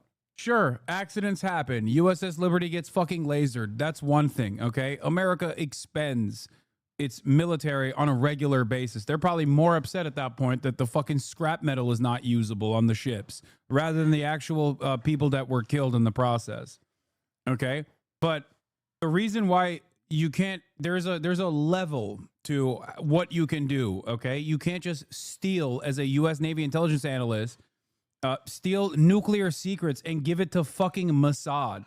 This is why I always say there's like two different mindsets in the CIA. Either people who fucking absolutely hate Israel or absolutely love Israel. Obviously, it's not a secret which side wins in that regard. It's the people that love Israel and understand its position that are always the domineering forces within our intelligence communities. But there's still plenty of fucking people who despise Israel for doing shit like this on a regular basis. Same thing goes for the State Department as a whole. Anyway, I was dead set against these kidnap posters because each one of them was a poison dart, said Pollard. Pollard is a convicted spy who spent 3 decades in North Carolina prison for providing top secret information about the U.S. to Israel. The former Navy intelligence officer, using his top secret and sensitive compartmented information access to national defense information, provided Israel with thousands of pages of U.S. intelligence on military and technical intelligence on the Soviet Union, Arab states, and Pakistan. Pollard's immigration to Israel in 2020 was the culmination of years of lobbying by the Israeli government to secure his release. Yeah, Donald Trump basically fucking gift wrapped Pollard's ugly ass and shipped them on, remember, Sheldon Adelson's private jet. It is so nakedly a graft, dude. It is so transparent how the Trump administration is more up for sale than any other administration prior or since. Straight up. Like, I'm not gonna sit here and act like American administrations are not notoriously corrupt, but the Trump one is so nakedly corrupt. Anyway, let's continue. Of months ago by anti-Semitic activists from Colombia. They knew the president, this was his first opportunity to address it. So he took $400 million from them. And he said, do these 5 things or 8 things if you want to get it back. And they're still in discussions. When it came to Harvard and the threats against Harvard to straighten out their curriculum, to straighten out the anti-Semitism on their campuses, to start complying with some regulations that the administration put out, Harvard pushed back, and they said... I'm not kidding when I say this. The Trump admin would do a better job of propagandizing this if they only focused on woke DEI shit rather than Israel. We will not. And the president answered back last night by saying, if you will not, we're taking $2.5 billion from your grant system. So there's this task force that is... Here's the problem. When you push them on Israel, the administrations will gladly deal with it. as Harvard did. When you push him on DEI, that's where you maintain public support for controlling universities. But that's when you lose the universities, because the universities will literally fucking kill their own students for being anti-Israel. But the universities will also still maintain a woke veneer and will defend DEI to the death. And that's what happened at Harvard. Trying to get that money. Harvard, essentially, they've come back and they've said, you know what? What the administration is asking us to do is unconstitutional. It also flies in the face of our First Amendment rights. The president of Harvard, a fellow by the name of Alan Garber, sent a letter to the community to explain it. He said, although some of the demands outlined by the government are aimed at combating For those of you who think Harvard refused this week. Harvard did not refuse last week. Before this week's symbolic stance that Harvard took, Harvard quietly, I keep saying the name wrong, shut the fuck up, I know. Harvard quietly took out their head of Middle Eastern studies, a Turkish professor. I covered it. They conceded on a lot of the combating anti-Semitism and not academic receivership, but like things close to academic receivership. They did that. But once the administration came after DEI, they were like, nope. Yeah. It bears, David Austin Walsh is correct. It bears repeating that Harvard, like most other elite universities, was perfectly comfortable with the suppression of pro-Palestine speech at the behest of its donors, the Biden admin, and congressional Republicans for nearly 2 years. Obviously, this is infinitely preferable to the nakedly authoritarian alternative, but I fear that we will see the emergence of a self-exculpatory academic liberal narrative, much like that which emerged after the Red Scare about the integrity of the ivory tower and the necessity to purge at least some students, faculty, staff, even if the orders from the Trump administration went too far. And they did do this. They already did do this. I don't even think David Austin Walsh is aware that they did this. I read the report on the Crimson or whatever, the Harvard newspaper. I read it to you a couple weeks ago. While Harvard finally took a stance, and I welcome it, make no mistake, the reason why Harvard took a stance now is because Harvard already quietly conceded on a lot of the anti-Palestinian measures that, and a lot of the pro-Israeli measures that the Trump administration had demanded out of Harvard. They did all that shit. And then the Trump admin wanted more, and they were like, okay, we're not touching the woke shit. That's it. I'm sure a chatter can link the subsequent news reporting on this. Anti-Semitism. The majority represent direct governmental regulation of the intellectual conditions at Harvard. We have informed the administration through our legal counsel that we will not accept their proposed agreement. The university will not negotiate over its independence or its constitutional rights. So they've been hit with this $2.2 billion federal freeze. But here's the thing. I would imagine this is a battle that Harvard's going to fight, because while that's $2 billion, they've got an endowment at Harvard of $53 billion. So they've got a pile of dough they could rely on if they're going to fight this. Through it. So the president's freezing $2.2 billion on grants, $60 million in contracts. President Obama applauded this because it's his alma mater, but Elise Stefanik also graduated from Harvard, and she was on Sean's show last night sounding off about it. But here's my question, Lawrence. Why should police officers, why should teachers, why should... Isn't that weird? Party affiliation doesn't even matter. Everyone graduates from Harvard, Yale, Columbia. Isn't that strange? How interesting. Why is this guy always at diners? Dude, that's where he is.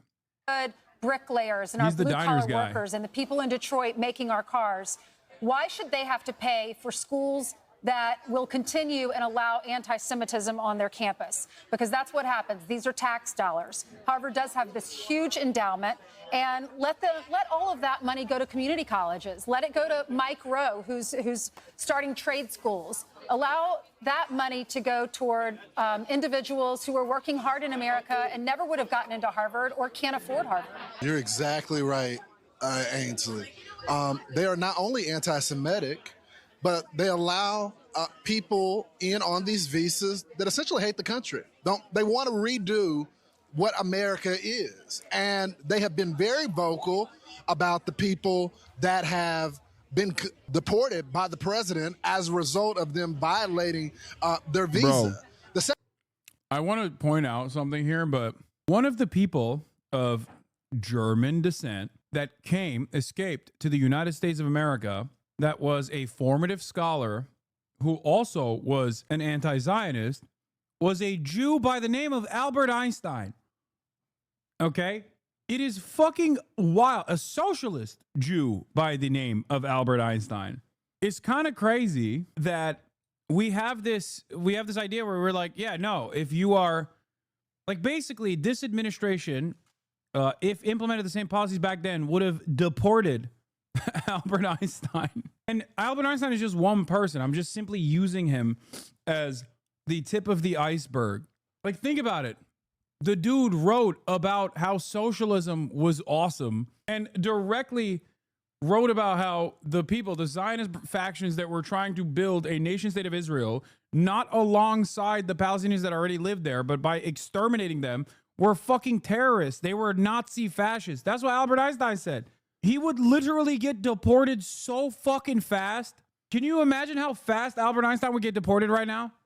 Oh my Lord. They'd be like, get the fuck out of here. Oh, you think you got an American citizenship? First of all, you're Jewish, okay? Secondly, you're German.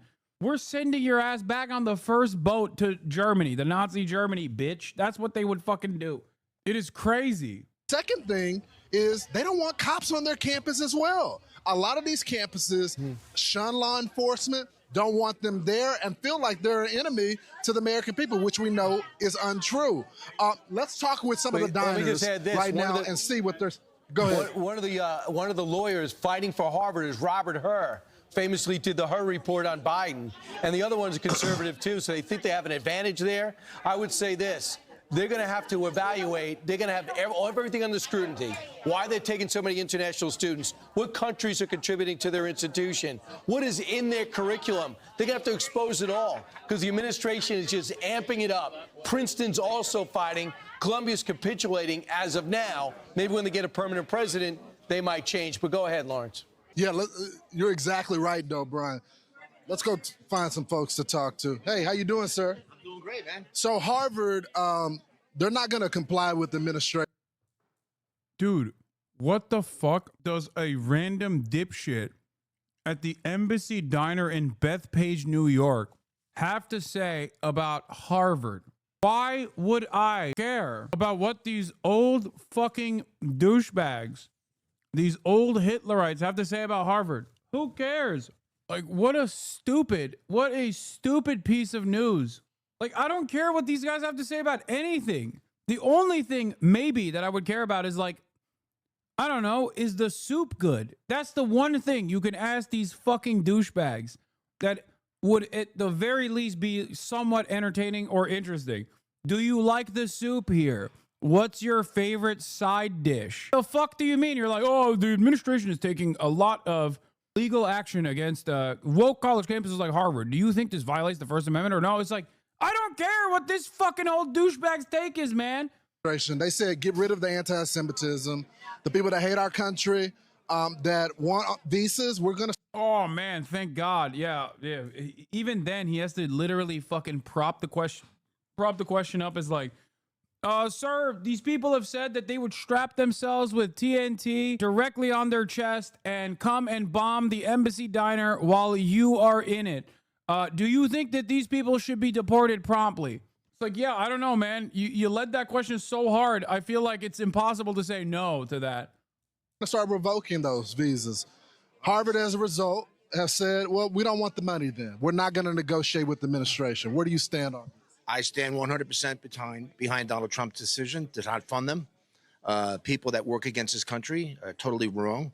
The woke need to wake up, okay, and get on the right side of what's going on. 1 minute they're saying one thing, next minute they're saying the other thing. They're doing a lot of flip-flopping, and I'm totally against it. You know, this is our country. We need to stand up for this country. I was a 9/11 first responder. I love our cops. I love our military, and people need to do the right thing by us first, and that's it.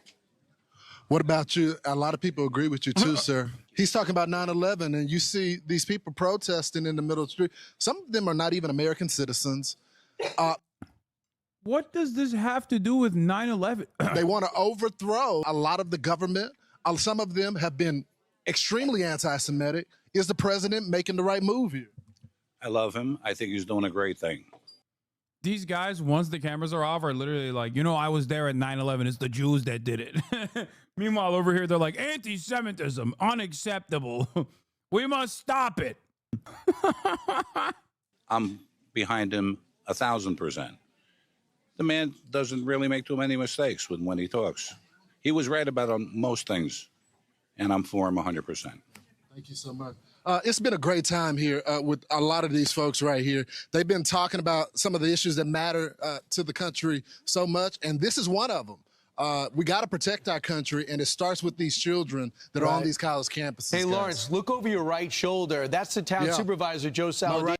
One of the funniest, one of the most insane sequences of events that took place on 9/11 is I don't know why they even say this, but like the false notion that all the Jews were not in the tower.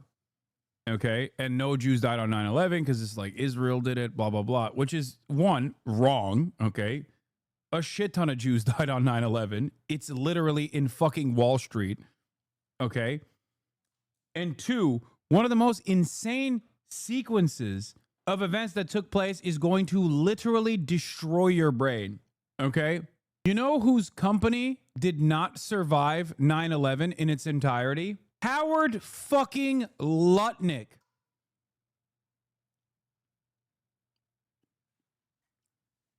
Howard Lutnick's company is his I forget what it was. Hold on. What the name of it is. That's right. Howard Lutnick, Trump administration's the United States current Secretary of Commerce, Howard Lutnick. His brother died on 9/11, okay? I need you to understand how insane it is, though. Cantor Fitzgerald is the name of the company. I'm going to put you on some game about Howard Lutnick. In 1983, Lutnick was hired at Cantor Fitzgerald under the mentorship of the firm's founder, B. Gerald Cantor. In 1990, Lutnick became president and chief executive of Cantor Fitzgerald. After a medical incident involving Cantor in 1995, he entered into a legal dispute with Cantor's wife, Iris, over Cantor's succession plans. Lutnick was appointed chairman of Cantor Fitzgerald after Cantor's death in 1996. This guy's a real fucking shark. Okay? So he seizes control over Cantor Fitzgerald, invested significantly in technology, establishing an electronic trading platform known as eSpeed. And in the September 11 attacks, Cantor Fitzgerald lost 658 employees, including Howard's brother, Gary. But oh boy, what he did is so fucking sane.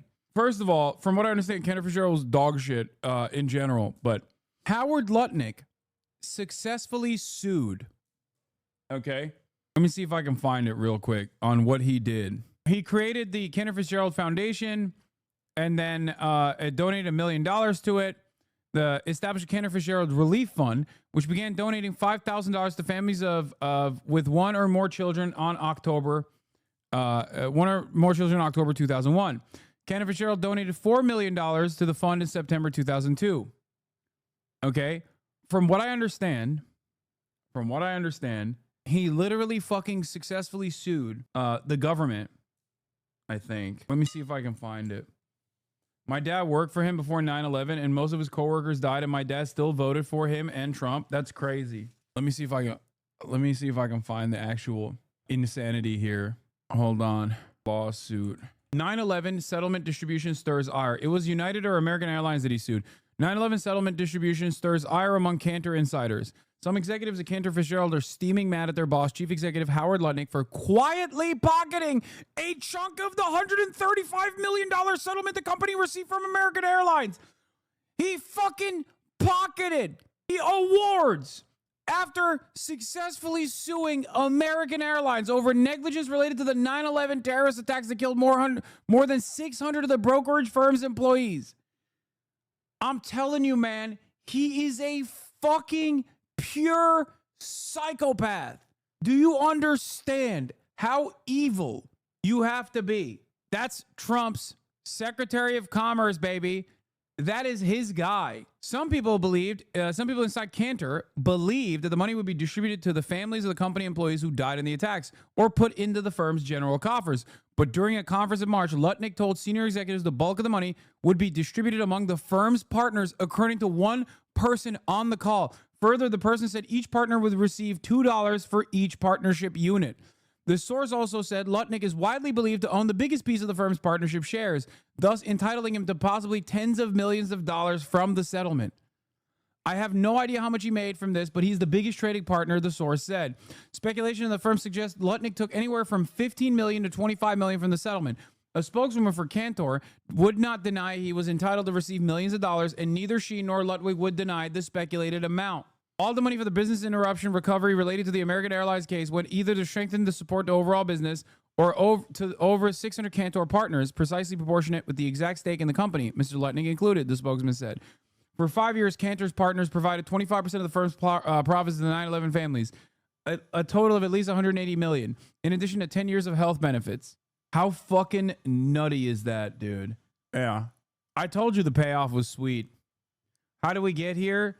From the false, weirdly false assertion that like no Jews died on 9/11, all the way to Howard Lutnick's firm losing 600 of their employees on 9/11, only to have Howard Lutnick, Trump's current Commerce Secretary, successfully sue American Airlines for their negligence that led to 9/11 in his eyes, successfully suing them for hundreds of millions of dollars, and then taking the largest share of the fucking bounty. God damn. Anyway, fun facts with Hasanabi once again. Yeah, and also the very fact that like how he got in control over the company itself is also a little suspicious too. A real art of the deal kind of guy, baby. A real shark.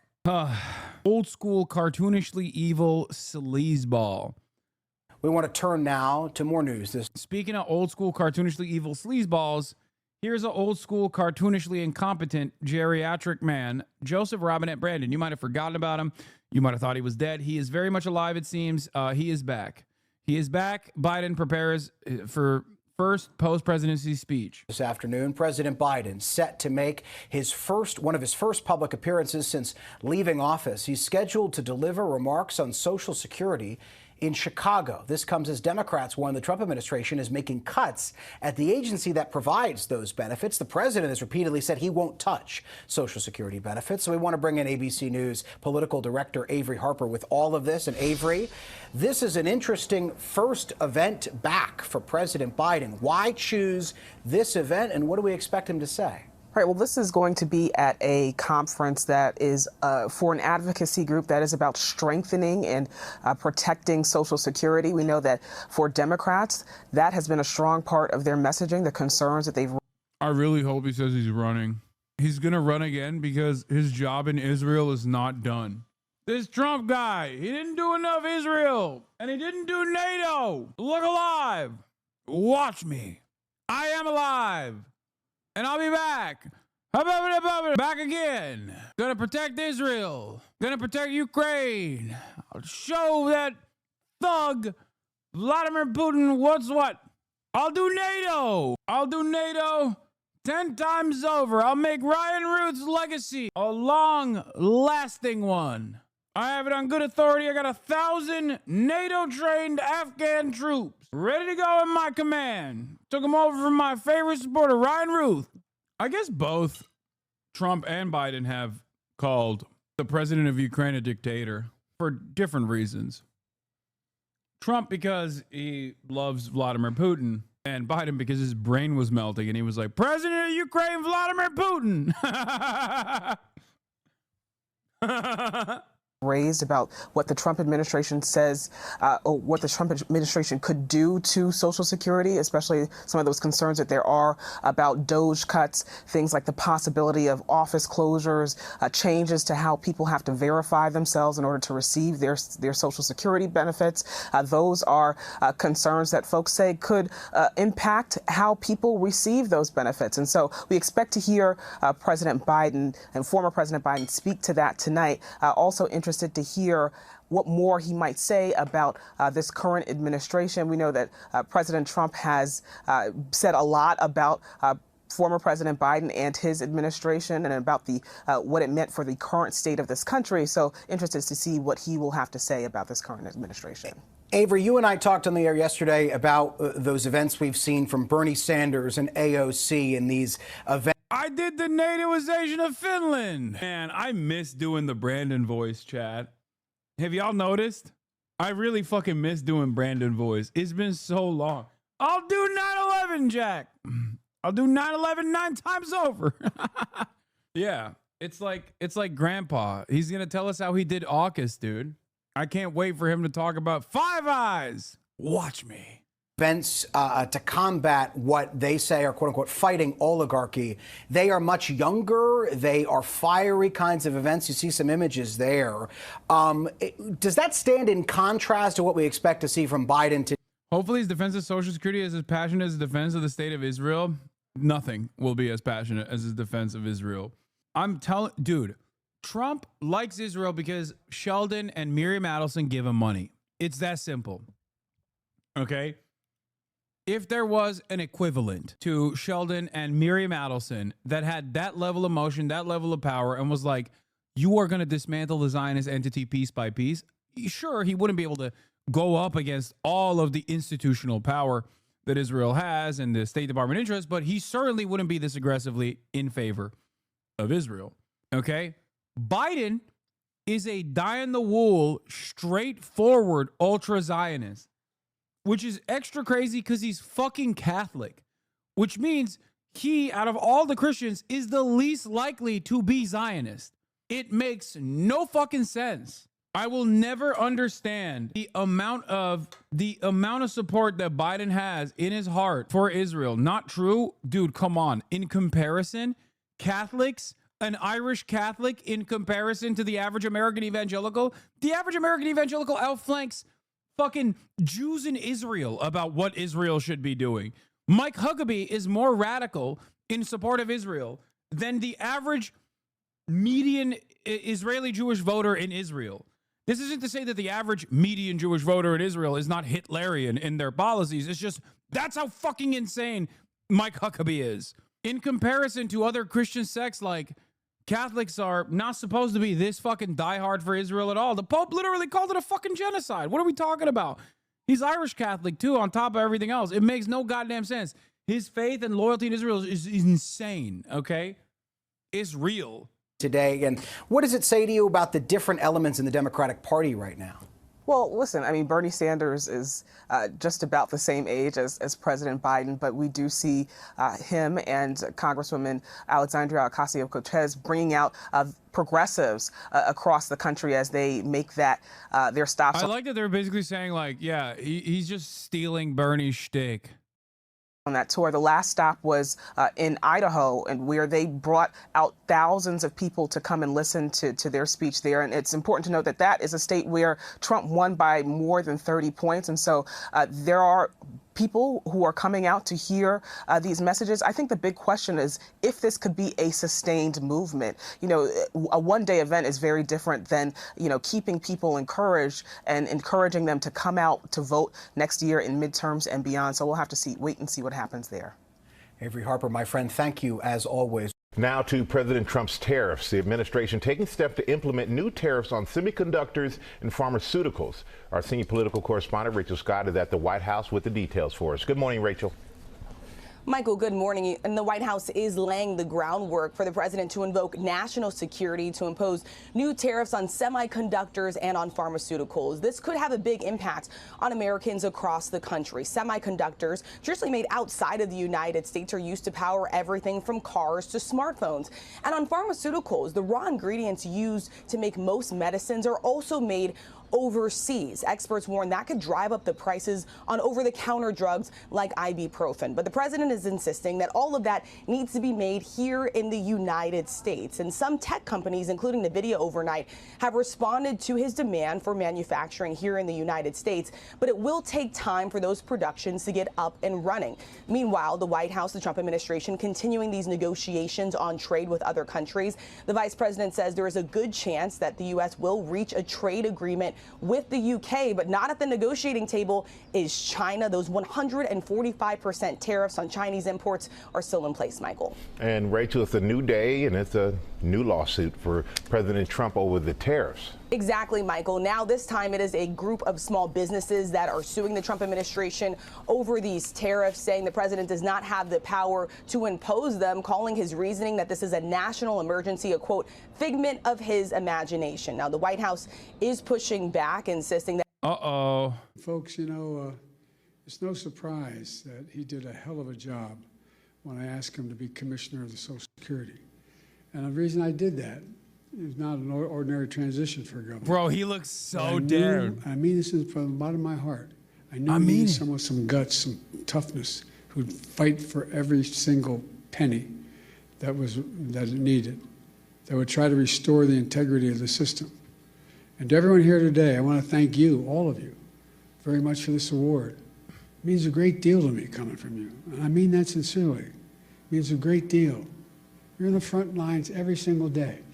You're helping, you're advocating for your fellow Americans, Americans with disability. It's a big deal. We talk about what happened in the physical side of it if we didn't have Social Security.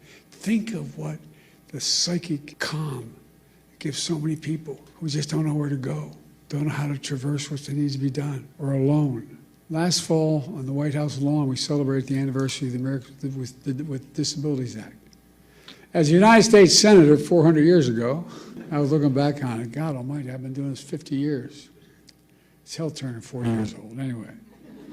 But back in the year 1990, I was the co-sponsor of the Americans with Disabilities Act as a United States Senator. In my view, and I suspect many of you, it was one of the most consequential civil rights laws in American history. That's what got me involved in politics in the first place. Delaware, like Maryland, was one of those states, was a slave state. We had all the vestiges of what was going on back in the day. We were one of those states that still, I remember moving from Scranton, Pennsylvania down to Wilmington, Delaware, and Cole died. My dad moved back to where we could get a job. I remember I pulled into, my mom would drive us on the Filton in Philadelphia, and we lived in an apartment complex.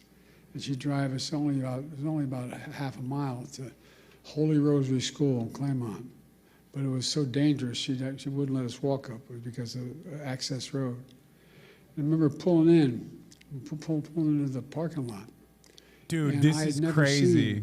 I'd never seen hardly any black people in Scranton at the time when I was only going in fourth grade.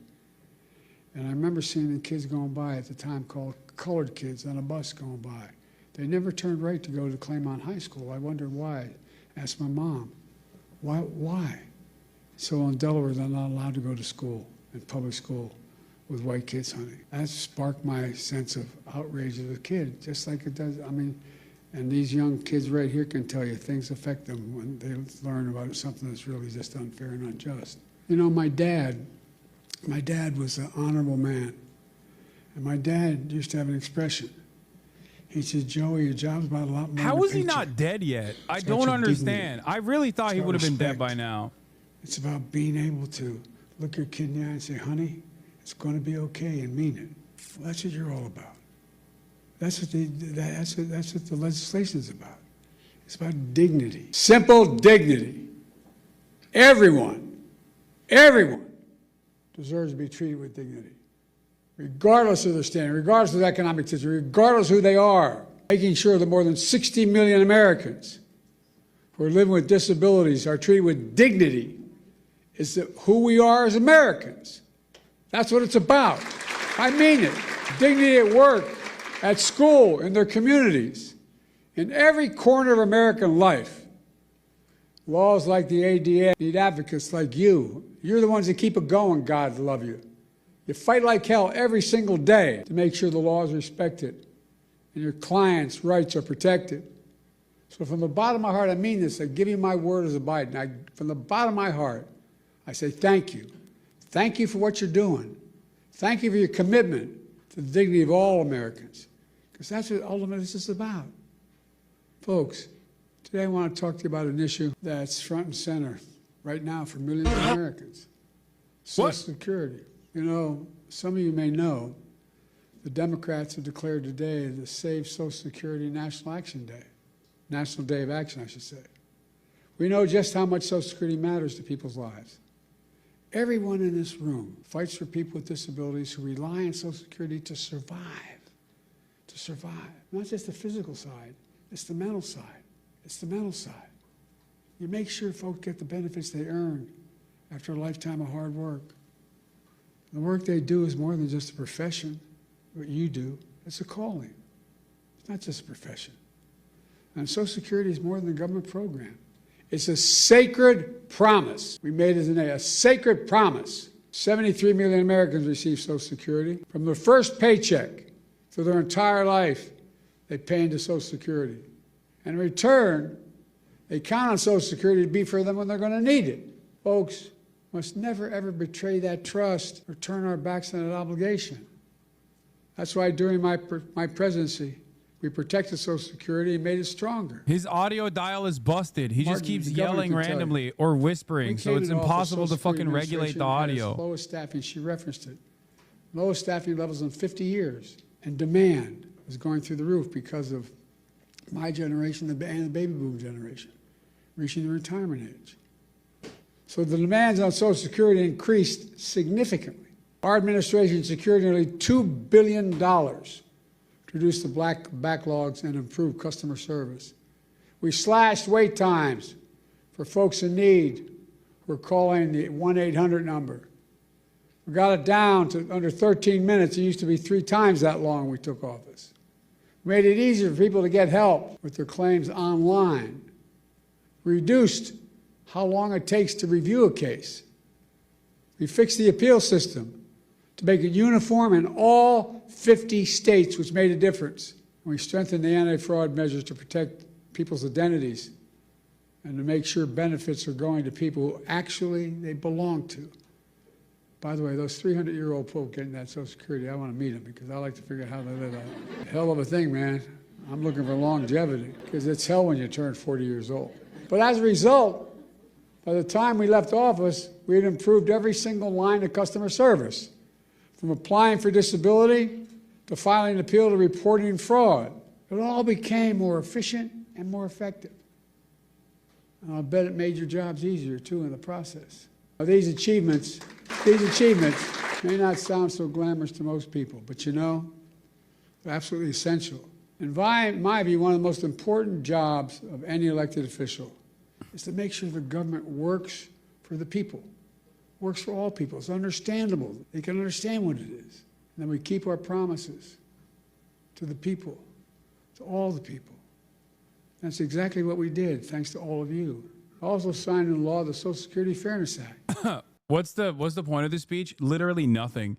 It's an exercise in masturbation, and predictably, liberals are actually masturbating right now. The fact that this has 13,000 viewers is shocking. Okay? You might say, oh, Cory Booker got 100,000. Who cares? But the very fact that this has more than 10 viewers is unironically yet another instance where I don't have a lot of faith in the Democratic Party's base of support. There shouldn't be more than a single person watching this. To be fair, you have 36,000 viewers watching it right now. Yeah, and it fucking sucks. 5 years and then wait around and be... he's dead. I will not go further or get in trouble, but look, folks. And imagine the chaos it would have charged. Every 5 years, Congress is going to step up. You imagine this Congress stepping up? They threatened to raise the retirement age as well. Now, that might not be a hardship for someone working in a comfortable job. But if you're on your feet all day, you're doing manual labor all day, you're working with a disability, it's a very different matter. And then they even tried to force cuts on Social Security during the negotiation of the debt ceiling. These are wonderful guys. Last time this guy had the job, he raised the debt ceiling because of an enormous and profligate tax cut to the super wealthy. And then he said, look, then they started talking to us, his colleagues. Well, maybe we can do something about Social Security, but we got to do something about the debt ceiling. How are we going to do? We can find the money in Social Security. Unless we do what they wanted. They wanted to cut Social Security. Not on my watch. We refused to go along with any of that. Look, Americans have always been able to count on these benefits. And let me pause a second here and say this. We talk about the physical needs that Social Security provides for people, particularly hardworking people, people retired, people on the edge. But the psychological impact is profound, profound. You're a man or a woman, you're 70s, 80 years old, you're not in good shape, you have a disability, and you hear the check may not come. How do you sleep at night? How do you sleep at night? We lived up in Wilmington in a 3-bedroom split-level home in a new development, 40 homes, with 4 kids and a grandpop living with us. And I remember our bed headboard was near my dad's and mom's room, and you could tell when Dad was restless. I remember asking one night my mom, "What's the matter with Dad?" The next morning, she has found out that we're not going to provide insurance anymore where he works. Well, imagine if you're somebody who's been struggling your whole life. You're literally counting on Social Security to buy your food, just to get by. And you hear the threats, what may happen. Many of these beneficiaries, that's their only income. If they were cut or taken away, it'd be devastating for millions of people. And the psychological pressure we put people under by having this debate is absolutely devastating. Okay, I got to spice this up a little bit. That's why we work so damn hard to make Social Security Administration stronger than it's been in years. And that's why I asked the governor to take over, by the way. But look what's happened now. Where the fuck are my bookmarks? Oh, here. Fewer than 100 days. Chad, I got to spice this up. This new administration. You'll never believe what happens in 019. So much destruction. Look at this. It's kind of breathtaking it could happen that soon. They've taken a hatchet to the Social Watch Security what happens at 19 on the 19th second. Pushing It's coming. 7,000 employees. 7,000, including the most seasoned career officials. Getting ready to push thousands more out the door. For example, thousands of people use the technology division of Social Security Administration have been cut in half. And so the website's crashing. People can't sign on to their accounts. What do you think it does to that woman's It's one of the alone? stupidest things I've ever 74 seen, years dude. checking, just not able to even find out whether she can't even find out what that disability claim is she has. She can't file a new disability claim. Oh, Jesus Christ. Benefits have ended. Folks, This is so disrespectful to Brandon. You're a retiree living alone, only Social Security dependable. It didn't work on my friend's Pitbull. Just now a heads people are up. Overwhelming the phone lines, showing up at the local Social Security office, tearful and frantic, and told, "Do you have an appointment?" What the fuck? Why does he keep yelling randomly, dude? Give you a personal example. Oh, I'm sorry. I had to lighten the mood. Serious people are now generally concerned for the first time in history. They did that to Commander? No, they didn't. Yeah, this is Social Security benefits. people may are be saying this delayed is or Commander. In the 90 years since Franklin Roosevelt created the Social Security system, they've gotten them during wartime. Oh, Jesus Christ. During recessions. You needed it. You needed that pick me up what after they got. Biden fucking put us to sleep. Jesus For the Christ. first time ever, that might change. It would be a calamity for millions of families, millions of people. The current Secretary of Commerce doesn't seem to get it. Or based on his comments, he doesn't seem to even care. Many of you saw what he said the other day. And by the way, he's a billionaire. God love him as my. Yeah, he says ACP behind him. He's a American Communist Party. He's a MAGA communist now. Billionaires. But when he talked about the possibility of the Social Security checks not going out this month, he shrugged it off. Here's what he said. He said his 94-year-old mother-in-law wouldn't complain, wouldn't bother her. She's probably a lovely woman. No kidding. Can you believe this guy was the Son-in-law's a president, billionaire. dude? What about that 94-year-old mother living all by herself, doesn't have a billionaire in the family? All the retirees who depend on that monthly check to feed themselves. How is all he those still people going? with disabilities. How is he still going? What about all those people? That's who you fight for. So those who desperately need you. Folks, it's not just the Secretary of Commerce.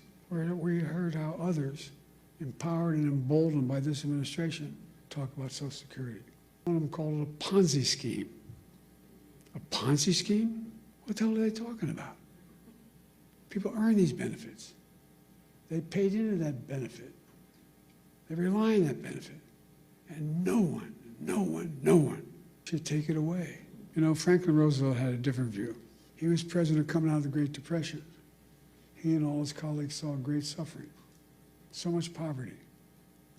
He also took steps to raise standard of living for ordinary Americans, including creating Social Security.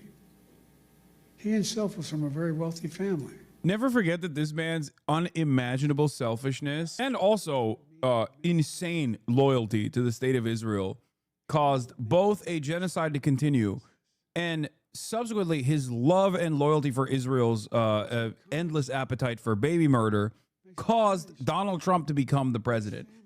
Like, I will never forgive this demon. Okay? I will never forget, and I will never forgive this fucking asshole.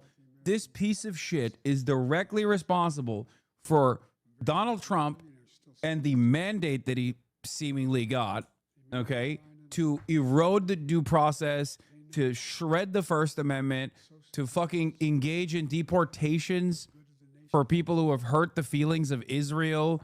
All of that, his administration set up.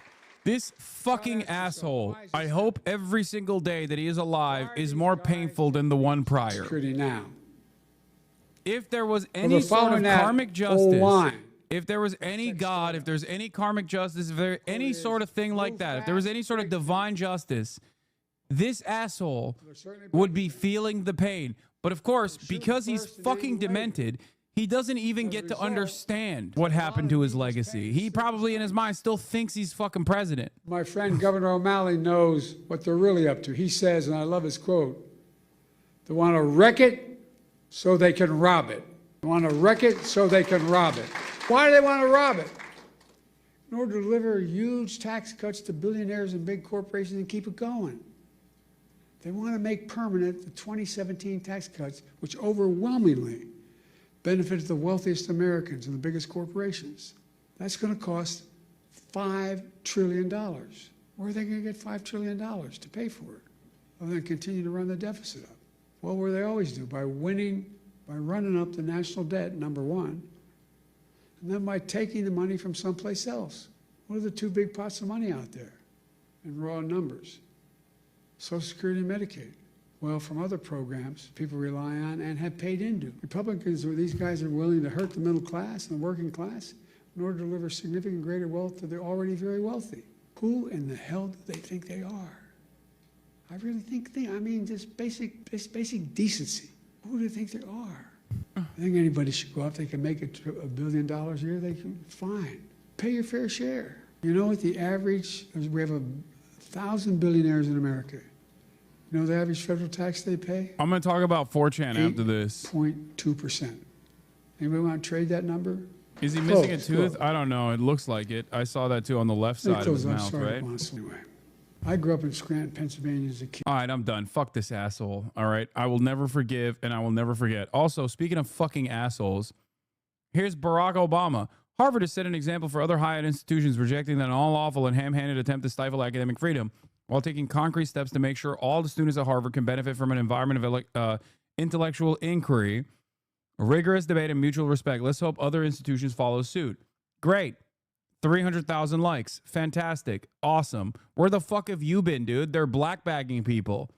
They're blackbagging people. No statements from Barack Obama. Or simply, this admin, Obama's very own nice guy. Really expect Barack Patriot Act Obabe to say something? Yeah, no, I don't. I want to cook him a little bit, though. The admin, led by Obama's very own ice guy, is blackbagging people for hurting Israel's feelings or simply because they're brown. Harvard itself first quietly conceded to the admin's demands on Israel, only to take this bold stance once they demanded more. Now he chimes in. Yeah.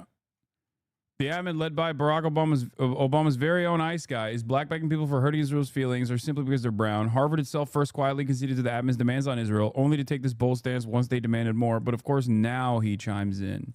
Yeah. Oh, bummer, dude. Oh, bungler. He's back at it again. That's why I get so mad when people are like, oh my God, a third term? Get ready for Barack Obama to win. I'm going to evict at that point. Yeah. There it is. Totally silent about every one of Trump's depredations until the stock market and Harvard are affected. That's our Obama. Damn, this guy's good.